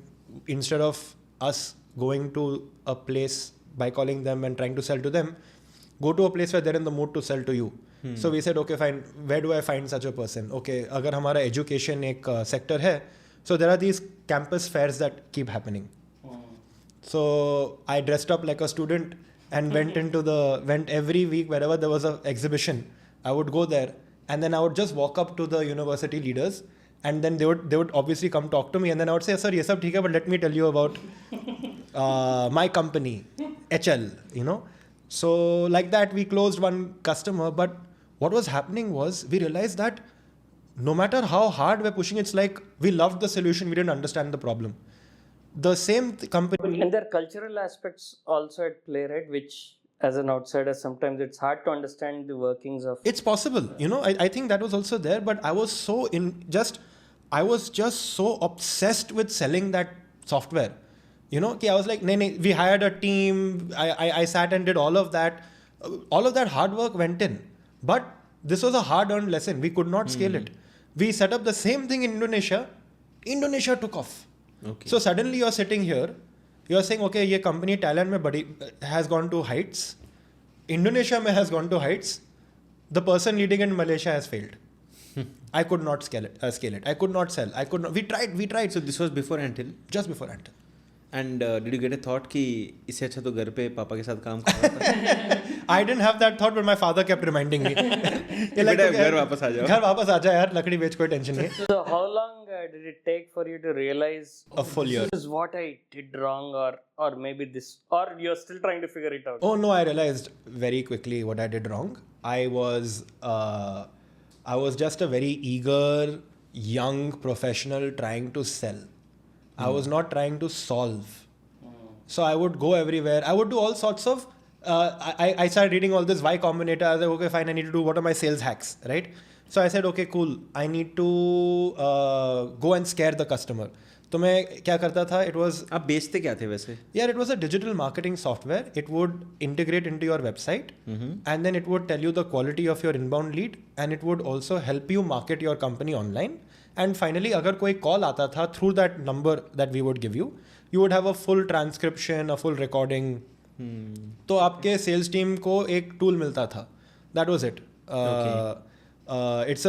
It's in Southeast Asia still quite successful, so I'll refrain from taking the name. But when I would go there, I would start by, for example, scaring the customer. I would go to them with a report saying, this is how behind you are in your competition.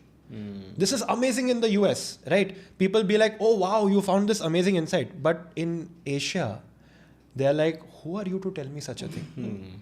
Now I didn't think that. मेरी गलती मुझे मत बताओ. हाँ, they're like, तू कौन है? हाँ, तू कौन है मेरे को ये बताने का? Right? Like, why are you telling me? If he was trying to sell to you. मेरे को नहीं चाहिए भाई. Exactly, नहीं चाहिए. हाँ. मेरे धंधे में मत घुस. Exactly. मेरा धंधा अच्छा चल रहा है. So that is another big learning. It's a ego thing also. It's just a cultural thing. We don't accept. Yeah, it's a cultural thing. First of all, I am a 45, 50-year-old person. I've been in my industry 25 years. You are a 21-year-old gadha who is coming and telling me I'm doing my business wrong. मेरे घर पे आके मेरे को बता रहे हो कि मैं गलत हूँ. वाह. मेरा पानी पी रहा है तू, मेरा कॉफी पी रहा है तो. So in the West this works. This works. In Asia this does not. I did not realize that.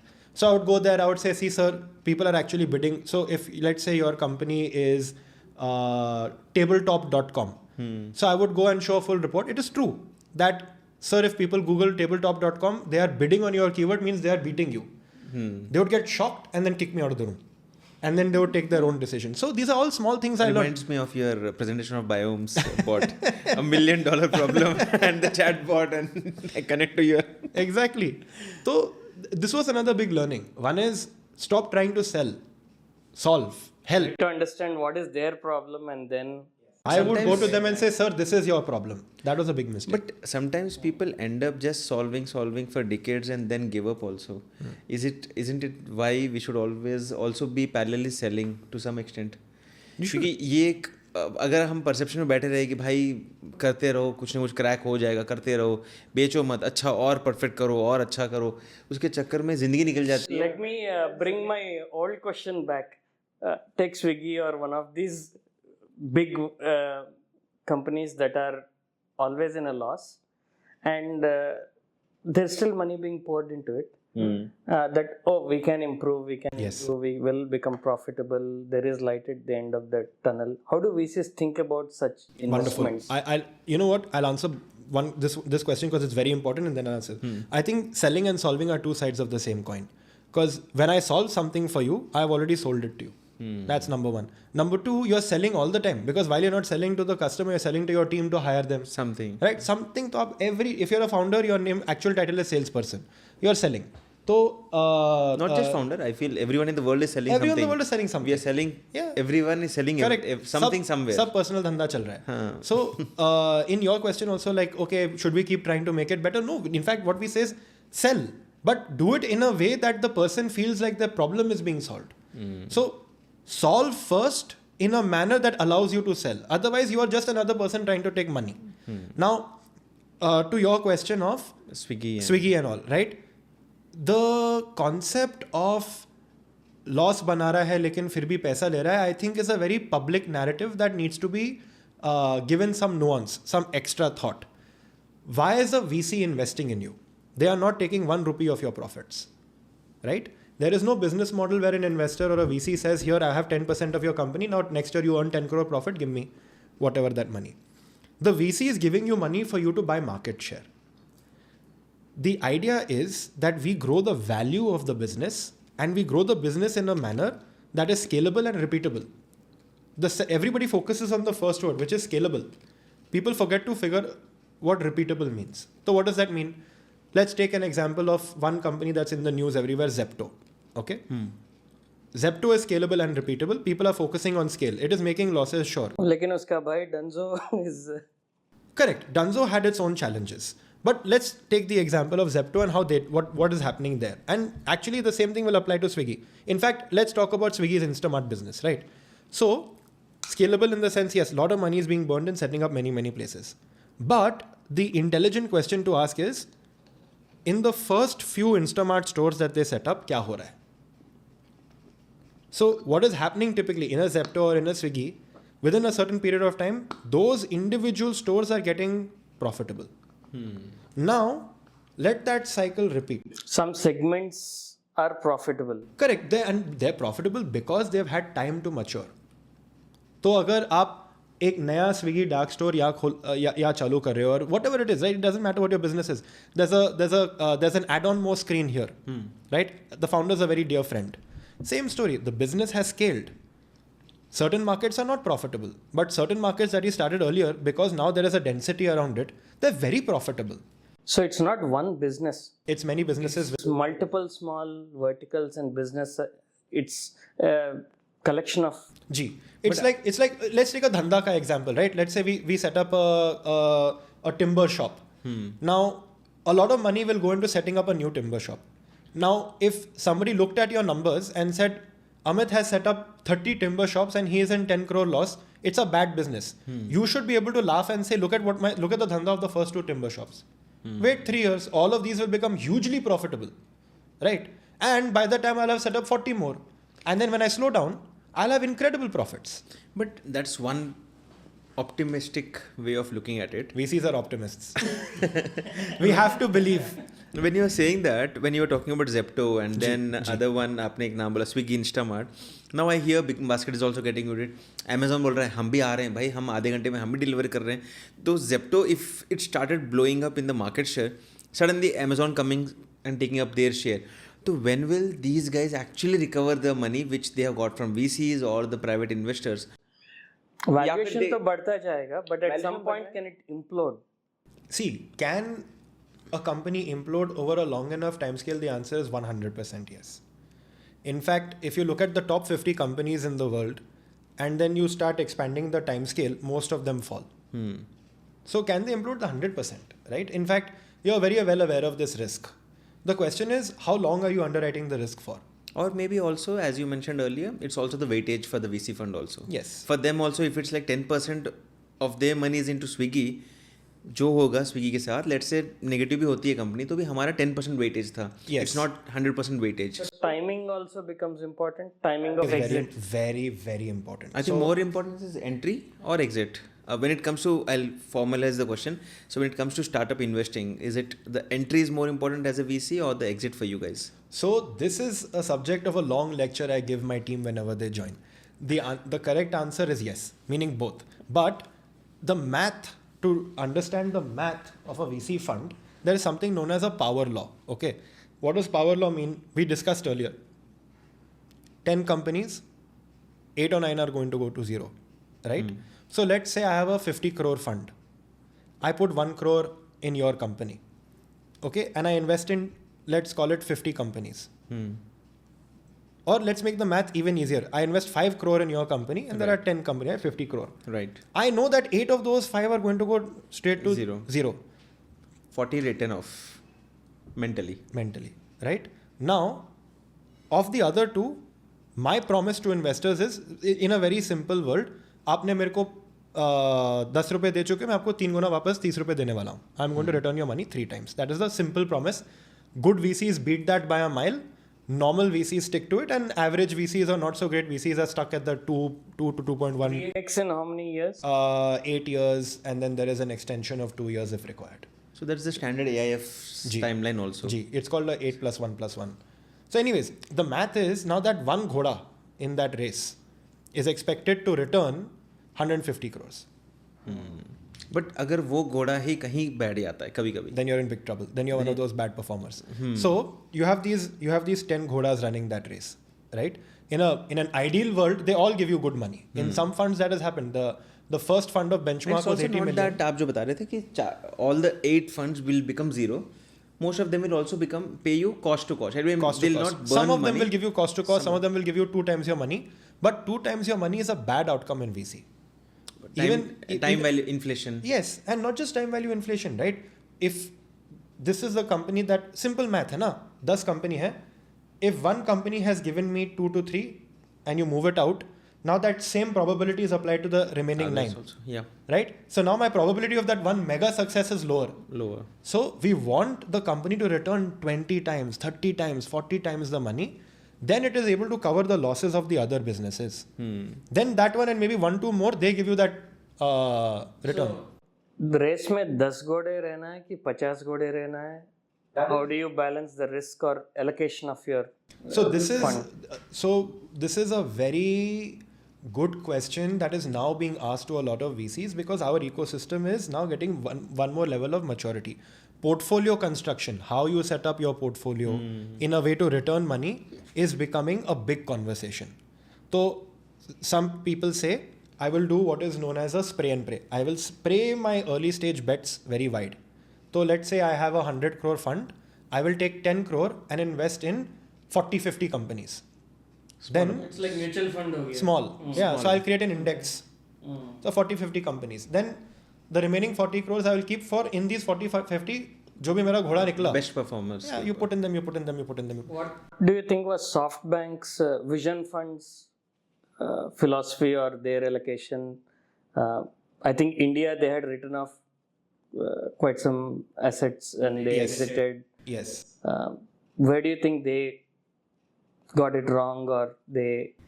I think SoftBank is another great example of, because they are so big and because they have so much scale, it is easy to see the failure because the failures will also be at that scale. We don't see some of the successes like Arm, right? Arm was a SoftBank runaway success, but we don't talk about it because again, we enjoy stories. हमें बुराइयों के ऊपर बात करने मजा आता है. We enjoy stories, right? That does not mean that SoftBank did not make missteps. SoftBank certainly made missteps, no doubt. But Arm also got sold to another private firm. SoftBank only. No, SoftBank say again it got sold to another... From what I understand, they made solid returns. But once they made money, then out of that, if a small chunk has gone into a loss, we'll talk primarily about that loss. Yeah. Is what we were talking about. But some companies go from public to private again. Big privates are very common, yes. Why is that? Is it that they need more control or? You hit the nail on the head. See, running a public company, you are subject to the whims and fancies of the quarterly cycle. You're subject to the whims and fancies of the people on the board. Sometimes when you are that kind of entrepreneur we discussed right at the start, who's just obsessed with the problem, obsessed with solving it the right way. You want to, मुझे private लेना है, मेरे को मेरे तरीके से करना है. This public thing is a hassle. I'm losing weeks and weeks of my time answering and quarterly targets. I want to think long term. So there are many examples. See, Twitter was taken private because Elon Musk had a certain belief, right? Now you can argue whether that was a good move, bad move, whether he's a good guy, bad guy. End of the day, the intention was there. I want to control this. I want to be able to make it, in his own words, free speech. Right now, without getting into whether or not that actually happened, that was a driver behind not it. Especially right now. Not especially right now. And I think he probably has experience from SpaceX and Tesla. Tesla is public, but SpaceX is not. And he probably sees room for maneuvering. Probably. But let's talk about back about the VC funding and this space. So, do you think you took the right career? क्या लगता है आपको? You are in the right career. Is it like very stress-free environment or is it a very stressful environment? All the countries and all that you visited and you worked, why settle down in Hyderabad? You are from Nagpur, right? I was actually in Singapore with Antil, and my job was to create the whole Singapore presence of the firm. We had a lot of work with the government. We had a small Singapore investment vehicle, and I really enjoyed my time there. Before that, I was in Malaysia, Thailand. There was also a good amount of time in Ireland and Switzerland. So there was a lot of travel. I definitely enjoyed my time. The opportunity to build with this team was too good to pass up. When somebody like a Srinivas or a Madhu or a Sandeepan, they're saying, okay, come, we'll build companies together. These are people that have built enduring, long-lasting franchises. Today, everybody still knows Money Control. Everybody knows Just Dial. D. Shaw is one of the monuments of the city, right? T Hub, everybody knows. It was too much of an opportunity for me to say no. So that is how Hyderabad. But now I would say, why Hyderabad? I fall in love with the city. I like it. I like the food. I think the people are great and very friendly. I think every time I open my eyes, some new cafe has come up, some new restaurant has come up. So there's always something going on. So I wanted to ask you one question. When you were talking about VC funding and आप लोग जैसे indirectly you are not just investing into startups, you're also helping them grow, or you can say you're coaching them. तो एक thought आया मेरे mind में कि sports player को जैसे coach करने के लिए उनके coach होते हैं, मैं उनको देखता हूँ हमेशा पसीने में लगा मेहनत कर रहे हैं, ये कर रहे हैं, and VC guys always like, you know, charming, going around in posh cars, living a cool life. I can always see them at the golf courses and grass on the other side, huh? नहीं, but that's a perception, right? I mean, आप कभी भी देखो VC वाले, they'll always be in first class and business class. The startup guys बेचारे पीछे economy में बैठे हैं. थॉट एक परसेप्शन है. वहीं स्पोर्ट्स में जो कोच होता है वो बेचारा मेहनत भी, वो भी भाग रहा है, प्लेयर के साथ ही मेहनत कर रहा है. तो why is that a difference? Like, do VC guys always have to be into the cool area, या फिर they are always rich? It's a funny question. I think see, I think you gave a very good example, which is a coach and the team on the ground. I think the first thing all VCs understand, and if they don't, they will soon understand, that at the end of the day, nobody shouts at and holds up the coach saying, "Bhai, तूने amazing coaching किया." It is the team at the end of the day. Dhoni hit the six to win the World Cup. So it is the founder who is the one that you have to serve. A lot of question is asked to VCs, but तेरा customer कौन है? So a lot of people have a difficult way of answering this. And I think the true way to think about this is, the founder is your customer, your investors are your shareholders. Means you have to make the founder happy. You are serving the founder, and if you are serving the founder properly, your shareholders will make money. I think that this is the core philosophy and behavior that should be there. Now you have people on either side, and there are certain things that certain life situations will take place, because to be a senior at a VC, you would have spent some time in the industry. You would have accumulated a certain amount of personal standing. But the founder that you're working with is a young 20-year-old. He's just getting started on his personal journey. So by default, there will be that little bit of contrast will be shown. But Is make no mistake. Unavoidable? Unavoidable. If you have no friction, then you're making some huge mistake. Huge mistake. Because they don't want yes man also. You can't have, no? Like everything you say, हाँ sir, बढ़िया idea है, हाँ sir, बढ़िया idea, then that's it. Company डूबने वाली है. You have to have a little bit of pushback. You have to have vigorous debates. In our company, so the startup founder shouldn't worry when you say this statement कि अरे VC मेरे जो boss है, investor है. First things first, मेरा boss नहीं है. हाँ. First things जो first. investor है उनसे वो डरते रहते हैं हमेशा. See, वो डरते रहते हैं because that person. See, this is another thing, right? In India, we have that culture. That person has given me money, so I am answerable to that person. No, that person is now a part of your journey. Also, it's like what I said. No, it's a cultural thing. Typically, what is happening? This is an elder person who has a lot of experience in the industry. As a founder, I am a younger person. I've just started, so I have to give respect to what they say. What I hope people take away from this is the right mentality is the founder is the customer, and the person serving the founder is the investor. You are serving them. You are allowing them the ability and the opportunity to reach their full potential. If the VC is doing a good job, then that's what they should do. It's like what I said right at the start. You give them the capital they need, you give them advice where they need it, you get the hell out of the way. Let them do their job. Guide them when they're going wrong if need be. Provide the right support. If they want introduction to a particular client, make that introduction. If they want to help hire the right person, spend time with them, hire the right person. But beyond that, don't step on their toe. Otherwise, you build the company, you chalo the company, no? But then, as you mentioned, out of 100, you invest in 2 companies. I mean, your team or everyone invests.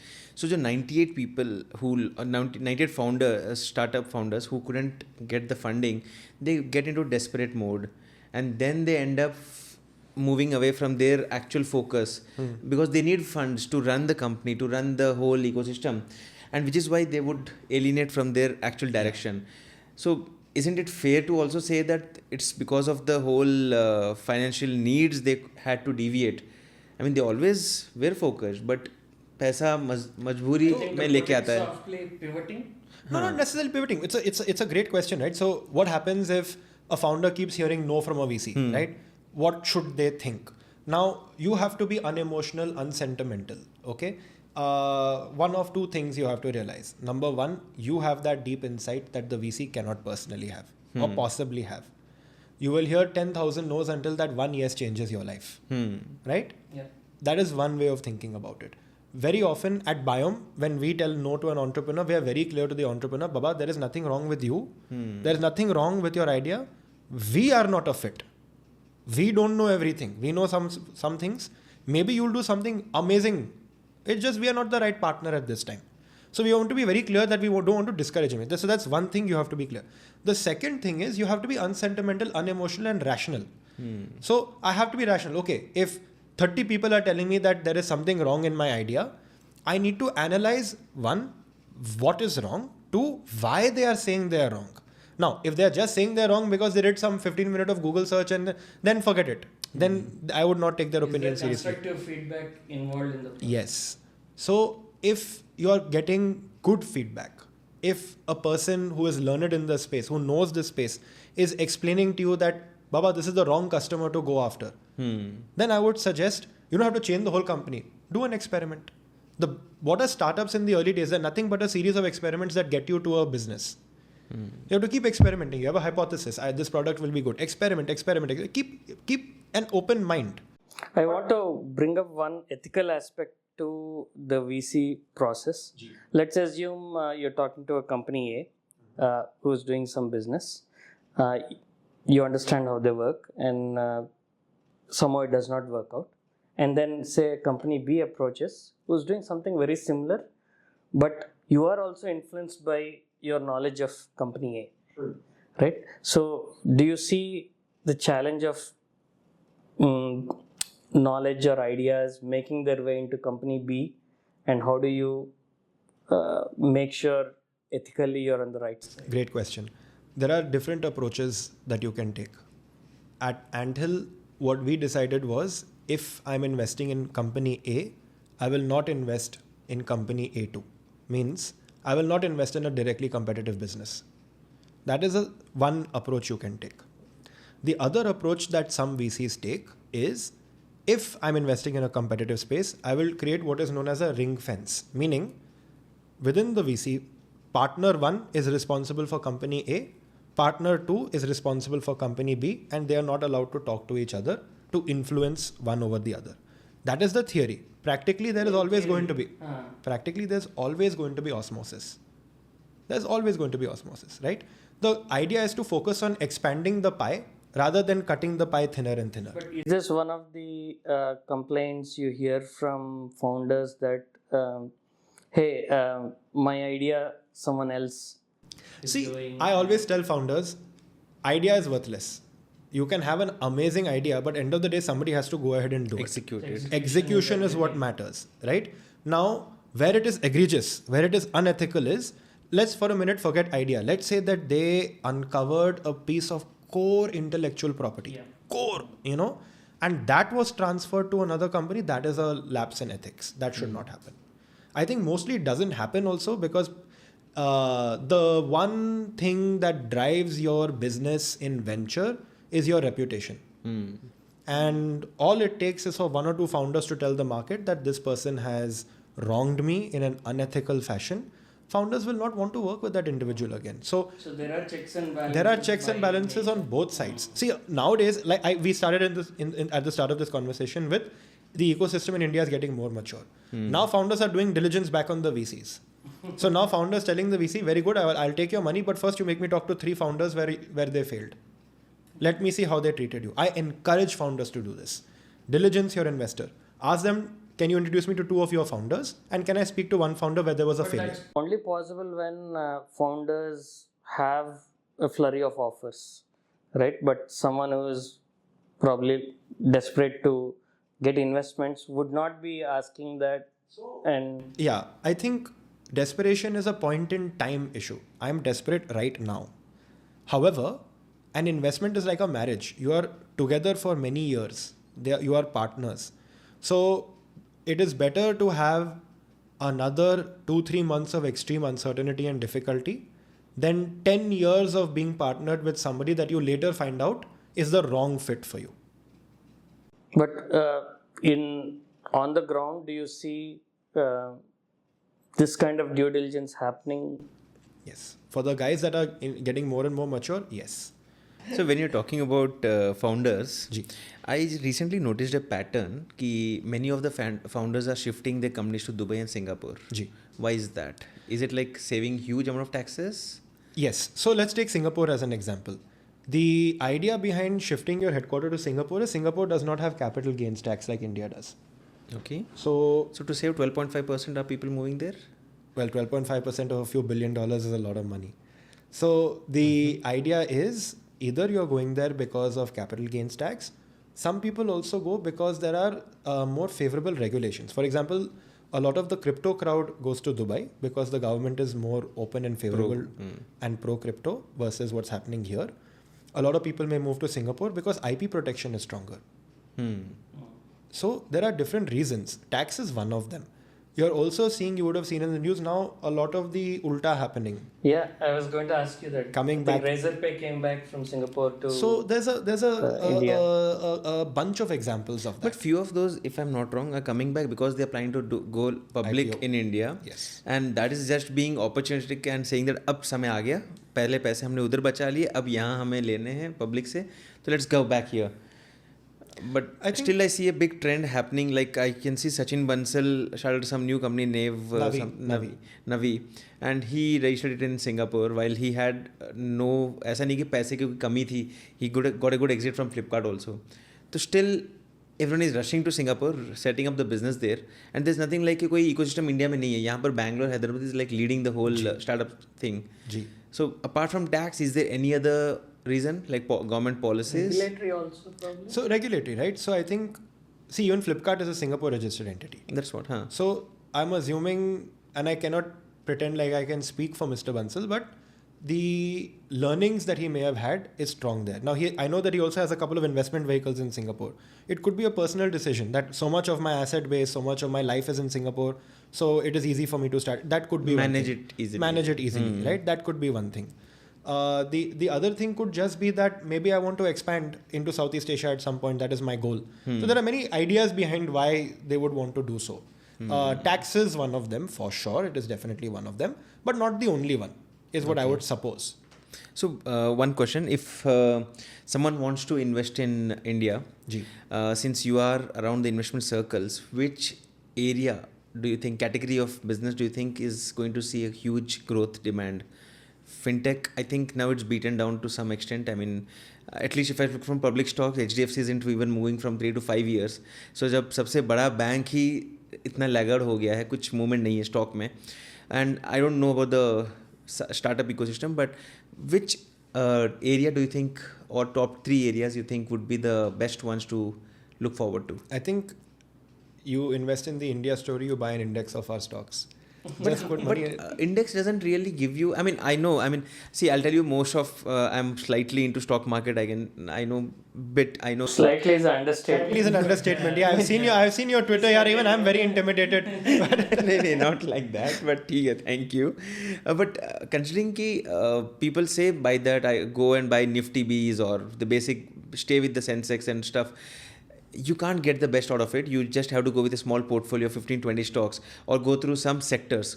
So I started investing in defense sector, and that's the only sector which is falling right now, considering that every other sector is bullish. So the whole growth story starts from startup ecosystem, then it goes into this whole micro, then we go to mid cap, and then we go to large cap segment. So you are already seeing the sectors which are at the pre-level, the actual moment where you invest is the right moment. वहाँ से फिर वो public में जाता है, public में micro made आगे बढ़ रहा है. तो आपके हिसाब से कौन से ऐसे टॉप एरियाज है जो लगता है कि यहाँ पर पैसा बन सकता है फ्यूचर में, नेक्स्ट 10 years, फिर 20 years? Right. I think so. Next 10 years, 20 years is the crucial timeline here, right? So the game, different people play different games. Yeah. As a investor, I think it comes from what we discussed right at the start, right? Conservative. I like to be very clear that I want to play a very long game. So you gave an example of HDFC Bank.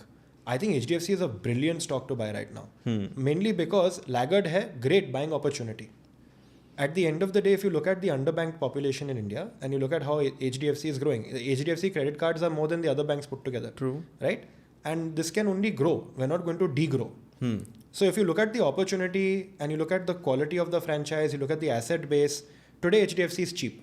Right. So I think HDFC is a great buy. But it's that being is not cheap. the point. But it's being cheap from 3 years and 4 years. Chalega. So if you're playing a 10-year game, that's to your advantage because you're buying all these 3 years, right? So by the time some other technology append the game, for example, neobanks as an example. So look at the neobanks, right? Most of the neobanks depend on another bank for their regulatory survival. That's number one. Number two, I think it comes back to what we said right at the start. There are a lot of risks inherent with this. So the technology angle at HDFC Bank leaves a lot to be desired. The app today, the e-banking experience today, these are blockers for it to have that ridiculous breakout growth. Have you come across founders who are able to sell without selling? Have I? Yeah, certain people have that charisma, they just walk into a room and the attention is all on them. Everybody's just looking at that founder and they don't even bring up their business. They'll bring up everything apart from their business and then the other folks ask, karte kya ho? That is unfortunately something, even though I've seen it in action, I will never be able to emulate. That's a skill, just that's a God-given gift. charisma. God-given charisma. So some I know. founders have it. Well, they'll walk in and everybody's excited to talk to them and they'll talk about everything except their business and they'll walk out with a sale. And the same room, there's one founder saying the same 10 things about their business and nobody's selling. So that is one spectrum where they have charisma. Gee. There could be another spectrum where they don't have charisma. Yeah. They don't have the skills, but they still make the sale. Correct. So this one is what we do more because none of us have charisma. So what I strongly believe is you go for a sale, you return empty-handed. You go for advice, you leave with a sale. So some of the best founders that I know will go to a customer or an investor or an advisor and say, bechna nahi chahta hu. They'll start the conversation only with, I'm not looking to sell anything to you. I only want to ask you for advice. And people are giving back, learning to help. So when they help, they'll say, okay, sir, this is very helpful. And you build trust. And more importantly, you give that person an opportunity to see you as another human being. Otherwise, when people come to sell something to you, like, hello, sir, myself calling from insurance company, put the phone down, right? But the guy is coming and saying, sir, I've seen your journey. I know you did such and such, so and so thing in your background. Means they've put some time in learning about your story. I said, sir, I'm very inspired. I'm a young guy. I'm stuck there myself.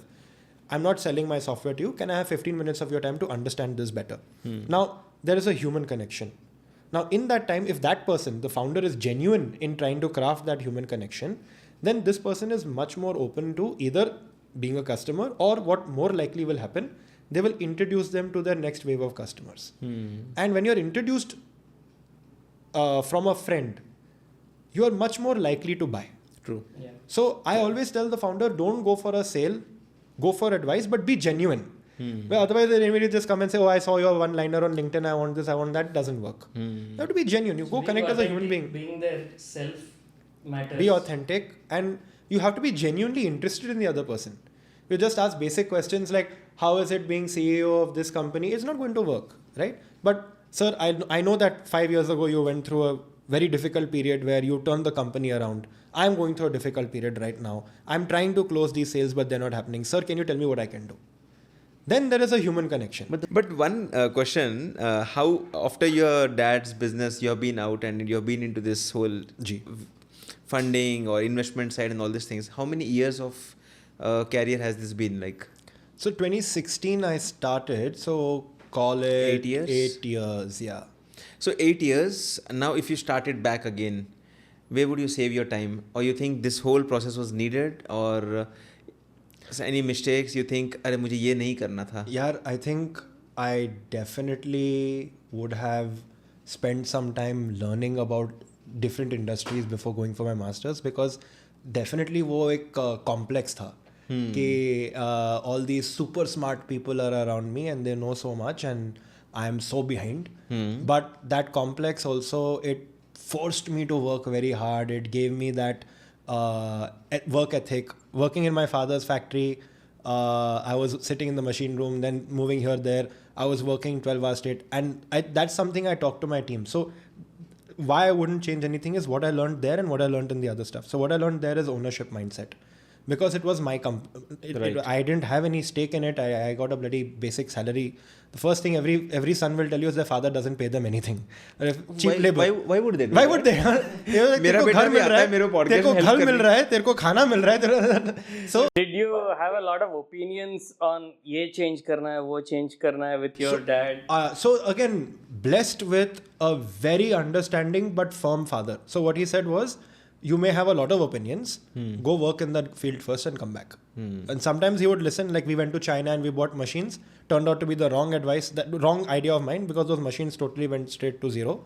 They are now more desi machine than Chinese Noida machine. में वहाँ चले जाते, गुजरात चले जाते, factory CNC machine खरीदी जी. So but what I learned was, wherever I'm working, because of that experience, even though I was not an owner, I felt like I owned it.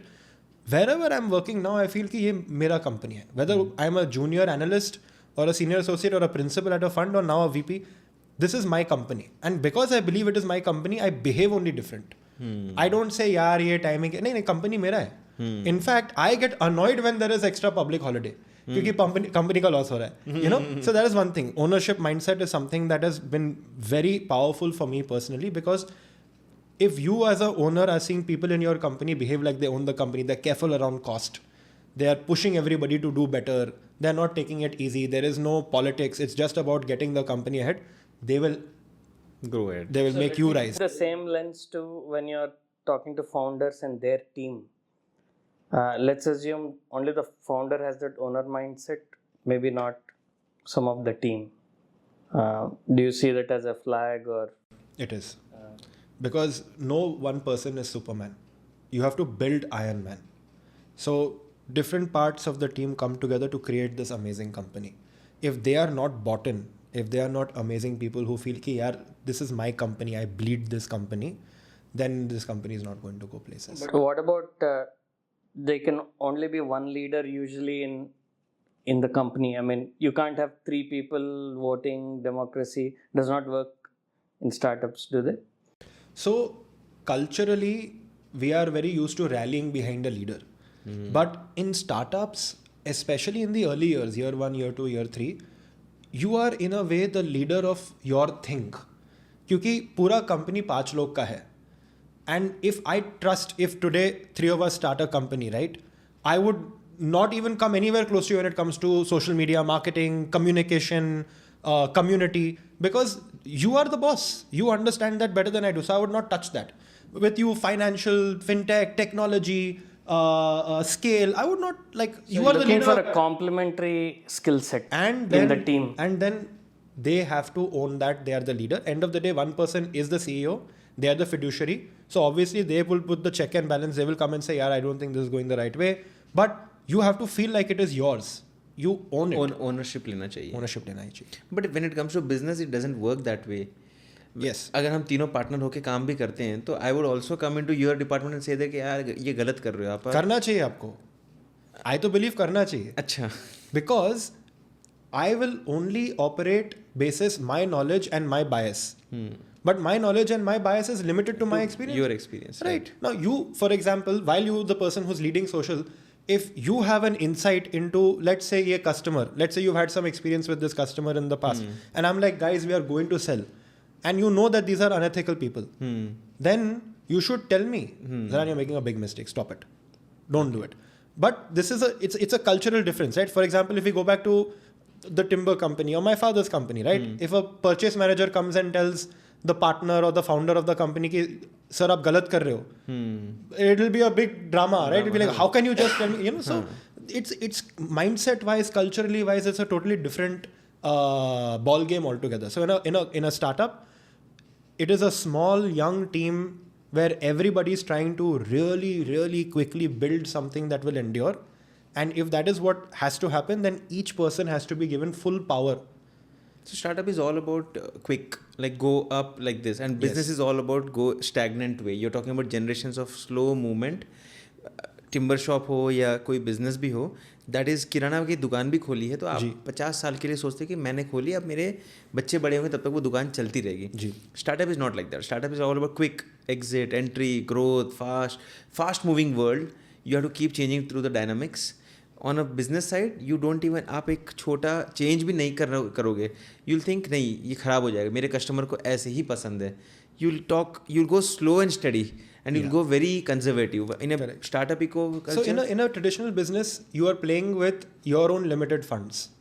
So you will treat your own limited funds in a very careful way, and you will manage risk. So because I'm only investing 10 rupees in my growth, I will only grow 2%. Right? But in a startup, you are given money to invest in growth. That is why you are getting money. You're not getting money for any other reason. You're given wings to fly. You are giving wings. So you and fly. And the same guys cut down your wings also. If they want to. So in job, we work 40 hours a week, or at least 40 hours a week. So 160 hours a month, say. What do you see startup founders, the number of hours they put in? So this is a 160 hours a week. And the VC guys work 1 hour a week. Is what is my perception all the time. I wish, sometimes I say, if the world thinks I'm as handsome as my mother thinks, and I work as less as a VC as the world thinks, I'll be the happiest man in the planet. No, there's a lot of hard work. Let me tell you, nothing compared to a founder. But so this is a very controversial topic, or it has started slowly becoming a controversial topic in terms of effort put in. See, burnout is a challenge. Burnout is a challenge. But at the end of the day, when you're a founder, you have to bleed the business. You're fighting 10,000 fires. You cannot, unless you are some amazing person with an incredible team with all the right capital in the world, cannot do a startup 9 to 5. Nahi hota hai.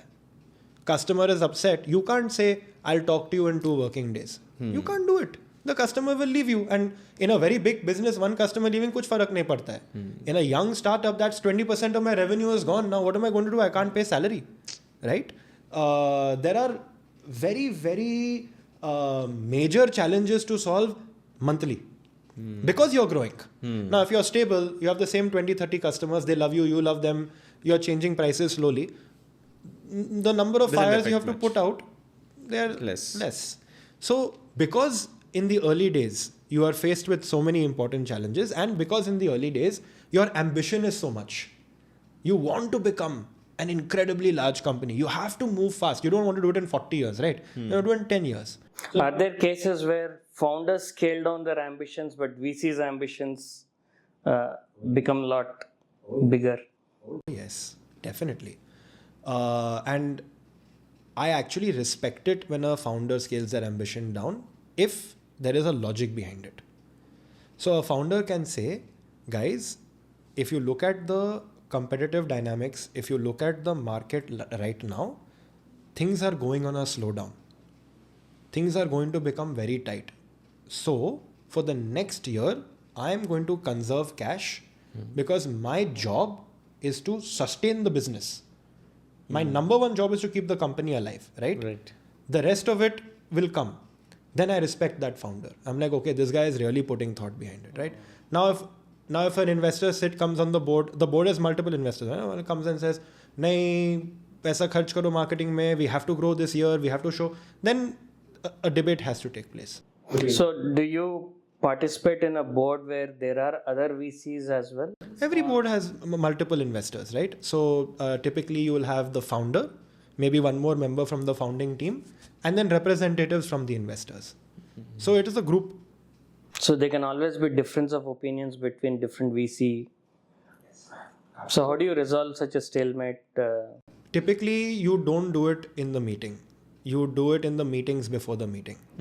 So It's if all you, planned. yeah, if you're intelligent about, it's not just planned, it's about good management. So a good board meeting is where there are no surprises. So as a CEO, when you're managing your board, let's say you're an A round CEO or a B round CEO, right? The A round, B round meaning Series A is your growth level of financing. Series B is the next bigger growth level of financing. So there is a proper board setup. The smart thing to do to save everybody time is to send information much in advance, to sit and talk to the board members in advance, let them understand. Because क्या होता है, if I don't give you time to digest and I just tell you in a meeting, It'll be a surprise. Yeah. not just a surprise, The reactions would be different. yes, and you will process it in your, how we discussed, your knowledge and your bias, right? So you might immediately react, that's very bad. And egos can kick in. Exactly. So what will happen is, without and for good reason, I might hear something in a board and I would say that's horrible. Now the other guy who was thinking that's okay will hear, He will also change his opinion. he'll get biased. He'll be like, yeah, that is horrible. And now suddenly you have a problem on your hands. So the required skill set of the CEO changes the moment board comes in. You have to grow. At the end of the day, you are not a one-man army, right? At the end of the day, you have to keep growing, keep evolving. At a certain period of time, you have to be this extremely in the details micromanager because you want everybody to get it right. Then as you grow, you have to learn to delegate, let people do the work for you. The more you grow, the higher responsibilities. Yes. And very different skill sets is also what I'm understanding. It's no longer about just delivering, it's about managing expectations. Absolutely. I think that's it's just good hygiene, right? Like if I was going to have a meeting, the three of us, and it's about an important, basic stuff is basic stuff, but it's about an important decision, I would want to give you that respect that take a few hours or a day to think about. I'll just WhatsApp you. Yeah, this is what we're going to sit in the meeting. This is the agenda. This is what I think we should be. This is the direction I'm thinking, but I want your thoughts. That way, when you come into the discussion, what we like to do in our company, we have a funda. Meetings are for decision, not discussion. The discussion should happen before. Now everybody is coming to the meeting with the facts, or like in Amazon, people sit and they read the memos, right? They sit and read the 1-pager, 2-pager first, then they have all the context of the discussion, then they move towards decision making. So same thing. So I just think it's great hygiene. It's just a better way of running your company. And how do you deal with realizations that, okay, the founder probably needs to step aside? Has it ever happened in? Actually, it's never happened to me. We've been lucky in that regard.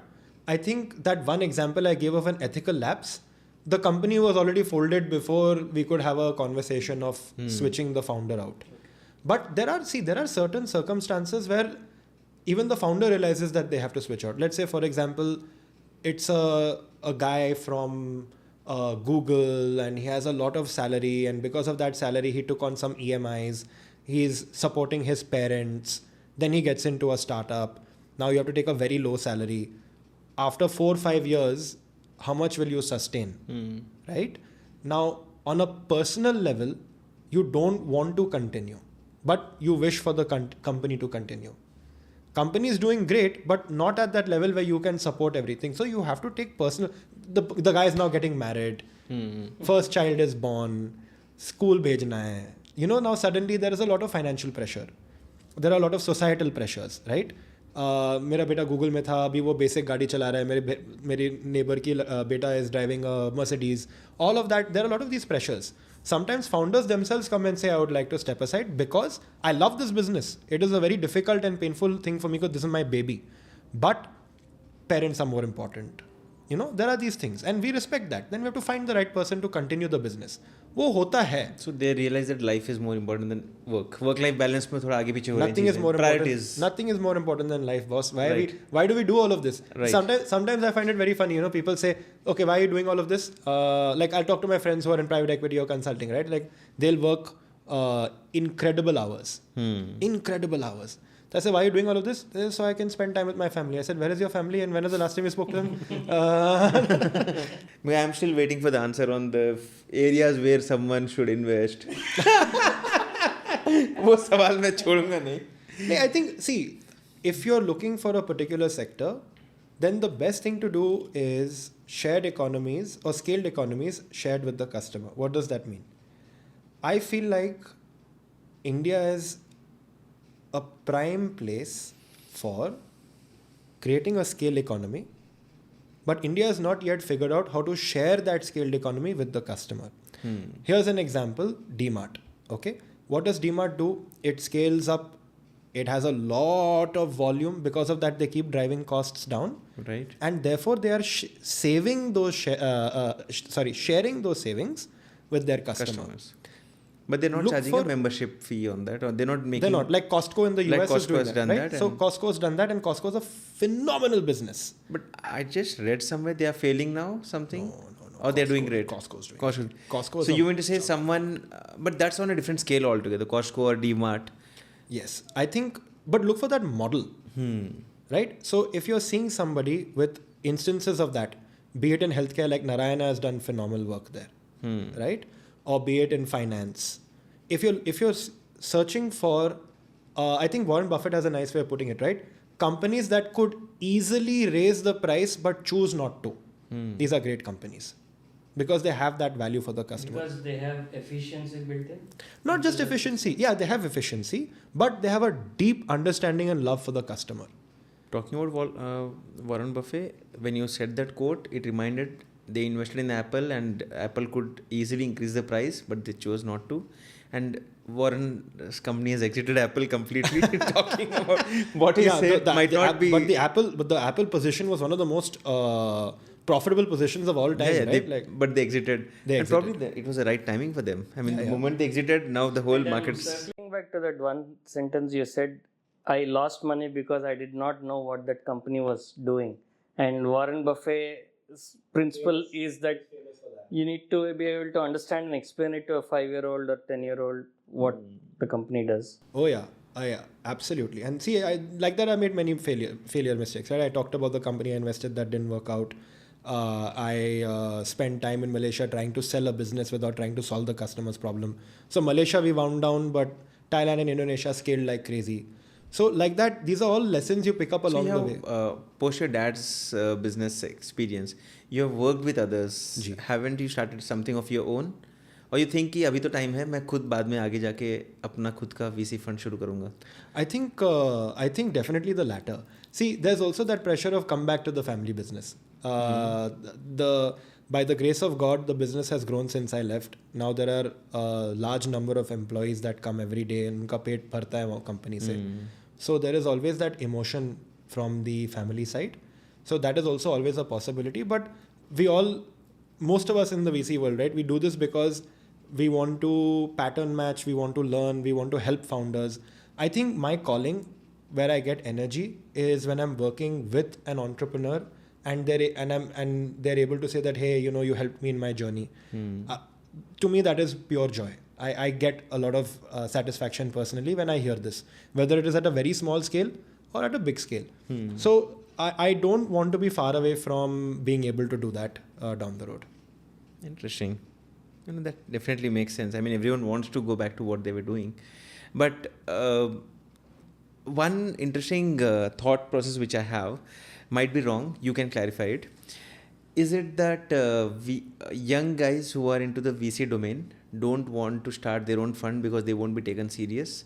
Similar to what doctors don't get taken serious when you go for a surgery. If I look at a surgeon who is in his 30s, amazing job, like he's an amazing doctor. But अगर वो बोलेगा कि आपका heart का treatment मैं करूँगा तो मैं बोलूँगा वो पीछे अंकल बैठे हैं. I know. The young surgeons are very sharp and but you still want to not take a I know. So but you still want to take a decision. I mean, generally, I might be old school. I want to go to someone who is an old, not old, isn't he? 70 years, experienced 50s, 60s age doctor, or even could be investor, or all of these categories, financial advisor. Some guy who is doing his MBA or whatever, uska financial degree. So his age a problem. It's not. No, I'll tell you what. So this is a very. Or looking young is a problem. I love that you took surgeons as an example, because now I'll tell you why. What you said earlier is the case. Okay, you want to go to that surgeon not because he's old. you want to go to that. Typically, why do you go to a surgeon? Somebody has told you, yeah, he did this job on me. It was fantastic. He saved my life. Right? How does their name grow in the market? Through case studies. Experience. Case studies. case study. Experience to hai. He spent many years, but in those years, you're not interested if he came and sat in the job all day and did nothing, right? You're interested because 20, 30, 40, 50 patients that doctor has worked on and that doctor has saved the life. Now, the feedback loop for a doctor is almost, for a surgeon, is 24 hours. Within 24 hours, you will know if the doctor has done a good job or a bad job, right? But you still want many of these good jobs before you say, I'm very comfortable going with this doctor, whether or not the young guy is good. Now, take the same example to young venture capitalists, right? The problem is the feedback loop is 5 years. How do I know whether or not they took the right decision to invest in this company? That company will take time to grow. That company will take time to become big. By that time, that young guy has passed 5 years. Right? So the feedback loop in venture is very long. You don't know if a person is a good or bad investor in the first 2-3 years. Because nothing happens in the first. Even at the same time, a young guy would also do some risky positions. He would, risk reward thing. Investors will run away from when you say risky positions. No, I mean, see, in my 20s, I would have invested in random stocks. If you had suggested me, आपने बोला अमित इसमें डाल दे, I would just put it. Now in my, I just entered 40. तुम्हारे पास पैसे बहुत हैं. नहीं, अरे भाई ऐसे ही होता है. But when you come, once you get some wisdom, once you get some age, you realize that इसमें पैसा, मैं भी थोड़ा research कर लेता हूँ. जी. So same way when it comes to VC funding also, is it like it's correlated कि 25 साल से ये experience है इनका, तो you want to start off that way as your own company versus? I think it actually boils down to two things, right? So will the person attract money, and will a great founder, let's forget the averages, right? So VC is not a game of averages. VC is a game of outliers. The top 2%, right? They are the ones that will end up making money. So here's the question. Will the top 2% of founders want to take money from this guy? If the answer is yes, I will invest in that guy. So what can that guy show? Okay, that guy can show, look, he has an incredible ability of identifying those 2%ers or 1%ers and convincing them to take money. Can he do it without the brand? Has he done some angel investments himself? If the answer is yes, okay, there is something. Can these 1%ers refer this guy because he worked with them, he helped them, he or she was able to drive some kind of an outcome for them? Then that's an exciting proposition. So investors for VC fund should also be talking to founders who worked with the VC fund if they really want to understand. In fact, an investor in a VC fund is called an LP or limited partner. So a good LP should be talking to your founders. Okay, tell us how was the experience? Tell us how did they impact your business? Tell us when there was a difficult time, were they able to step in and support? These are all questions a good LP should ask. But circling back to, say the minimum investment is say 1 crore. Ji. So you may have 100 such investors. Now all these 100 investors can't talk to your founders, right? So how does that work? So typically these questions are asked by the guys that put the bigger checks. These are the anchor investors, the 50 crore, the 100 crore, the 200 crore checks. Because there for them a lot more is at stake. So they will ask and they will get that time also, right? The guy that's putting 1 CR is not even worth his time because he'll have to go talk to 10 people. He's probably in a job or running his own company. The guys that are giving you 50, 100 crore are professional investors. So it is their job to ask. Makes sense. नहीं cool है यार, मतलब I don't want to discuss further and bore you down on a weekend saying that यार VC करके इन्होंने ना खून P लिया. नहीं मेरे लिए तो ये मास्टर क्लास था, tries to understand about the whole ecosystem, to some extent understand how the whole thing works. I will slowly get more ideas. For me, it was a humanizing experience of VCs. I hope I did a good job representing us. So they're not the demons which few of the startup founders told me about. I hope not. Because that's what I have been informed. Like, angel investors help you fly and then they cut off your wings. And that's how the perception of VC guys has been in my mind. But the other perceptions have still not changed. They're always being the business class guys and the first class guys. That's not going to change. यार मेरे को business का ticket दे दो, मैं खुशी से But that's how I have seen the whole world. Like, you know, they're always in the elite class, the VC fund guys and all these investors and everyone. They have been the elite guys, and startup guys बेचारे रेंगते आसपास घूमते रहते हैं कि भाई कुछ दे दो. एक चीज याद रखना है, the power structure flips immediately when the founder reaches a level of success. That's one thing people don't realize. Then, and good founders, the power is the exact opposite. VCs are running behind them. Please हमारा पैसा ले लो, please हमारा पैसा ले लो. And remember, no matter how big you are, the biggest fund in India, right? Let's say that entire fund is $600 million, right? Or $1 billion. But you have companies that are worth $10 billion now. So the guy is bigger than the entire fund. That's an interesting insight. So typically after the next round of funding, your stake gets diluted more and then you lose power. So there are sunset clauses. So remember, there's always an inversion of the power structure, right? So let's say I'm a VC fund with $100 million VC, with a $100 million fund, right? And I put money into this guy. His company was worth $20 million when I put. Okay.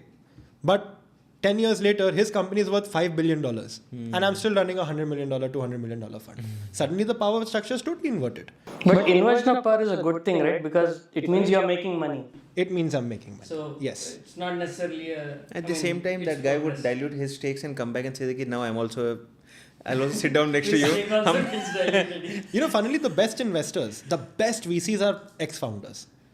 I've done it. I know how this works. I have empathy for the founder. I'm not going to be this guy sitting in business class, not talking to the people. The best investors are people who have operated, who've done some entrepreneurial work themselves. What do you think how the VC circles think about Shark Tank? So it's great entertainment. Shark Tank is great entertainment. Do you guys even watch it? Like a fun hai, masti hai? Or does it make you cringe sometimes? I have not seen a single episode of Shark Tank. Which definitely your smile says that you have seen all the clips on social media. Yeah. Like a lot of my portfolio companies have gone on and they said, "Bhai, episode kaisa laga?" And I'm like, "Bahut acha tha." No, see, it's an entertainment show at the end of the day. Nowhere in the world will an entrepreneur come pitch to you in 5 minutes and walk away with a check of 1 crore. That does not happen in the real world. But initially when I used to watch it, the first season is what I watched, and I felt कि 10 लाख 15 लाख के लोग आ रहे हैं. मैं बोलता था यार ऐसे ले लेते हैं, ऐसे कितने लोग मिल जाते हैं देने अगर आपको इतना टीवी कवरेज मिल रहा है. The coverage is what is very exciting. Which is more valuable, right? But anyway, that was fun conversation, Zaran. बहुत मजा आया. Lots of insights. It started off with you guys having a lot of interesting conversation about Parsi and... Yeah, I didn't think I'd be talking religion today. Neither did I. I'm 100% fatka padne wala when I go home. Galat bola. But it was fun, yaar. मतलब बहुत मजा आया. Thank you very much. And guys, we'll post this video on our channel after a few weeks, and once it goes live, आपके पास कोई भी सवाल है इनके काम को लेकर, Biome as a fund or anything around that, if you need to get investment, of course, you can directly get in touch with him. And thanks for joining us. Thank you very much. It was a real pleasure. अगर आपको ये podcast पसंद आया है तो like करना ना भूलें, और टफ स्टोरी को यूट्यूब और सारे सोशल मीडिया प्लेटफॉर्म्स पर फटाफट से फॉलो और सब्सक्राइब भी कर दीजिए. ऐसी इंटरेस्टिंग और इंस्पायरिंग कंटेंट के लिए मिलते हैं हम आपसे हमारे अगले एपिसोड में. तब तक के लिए गुड बाय.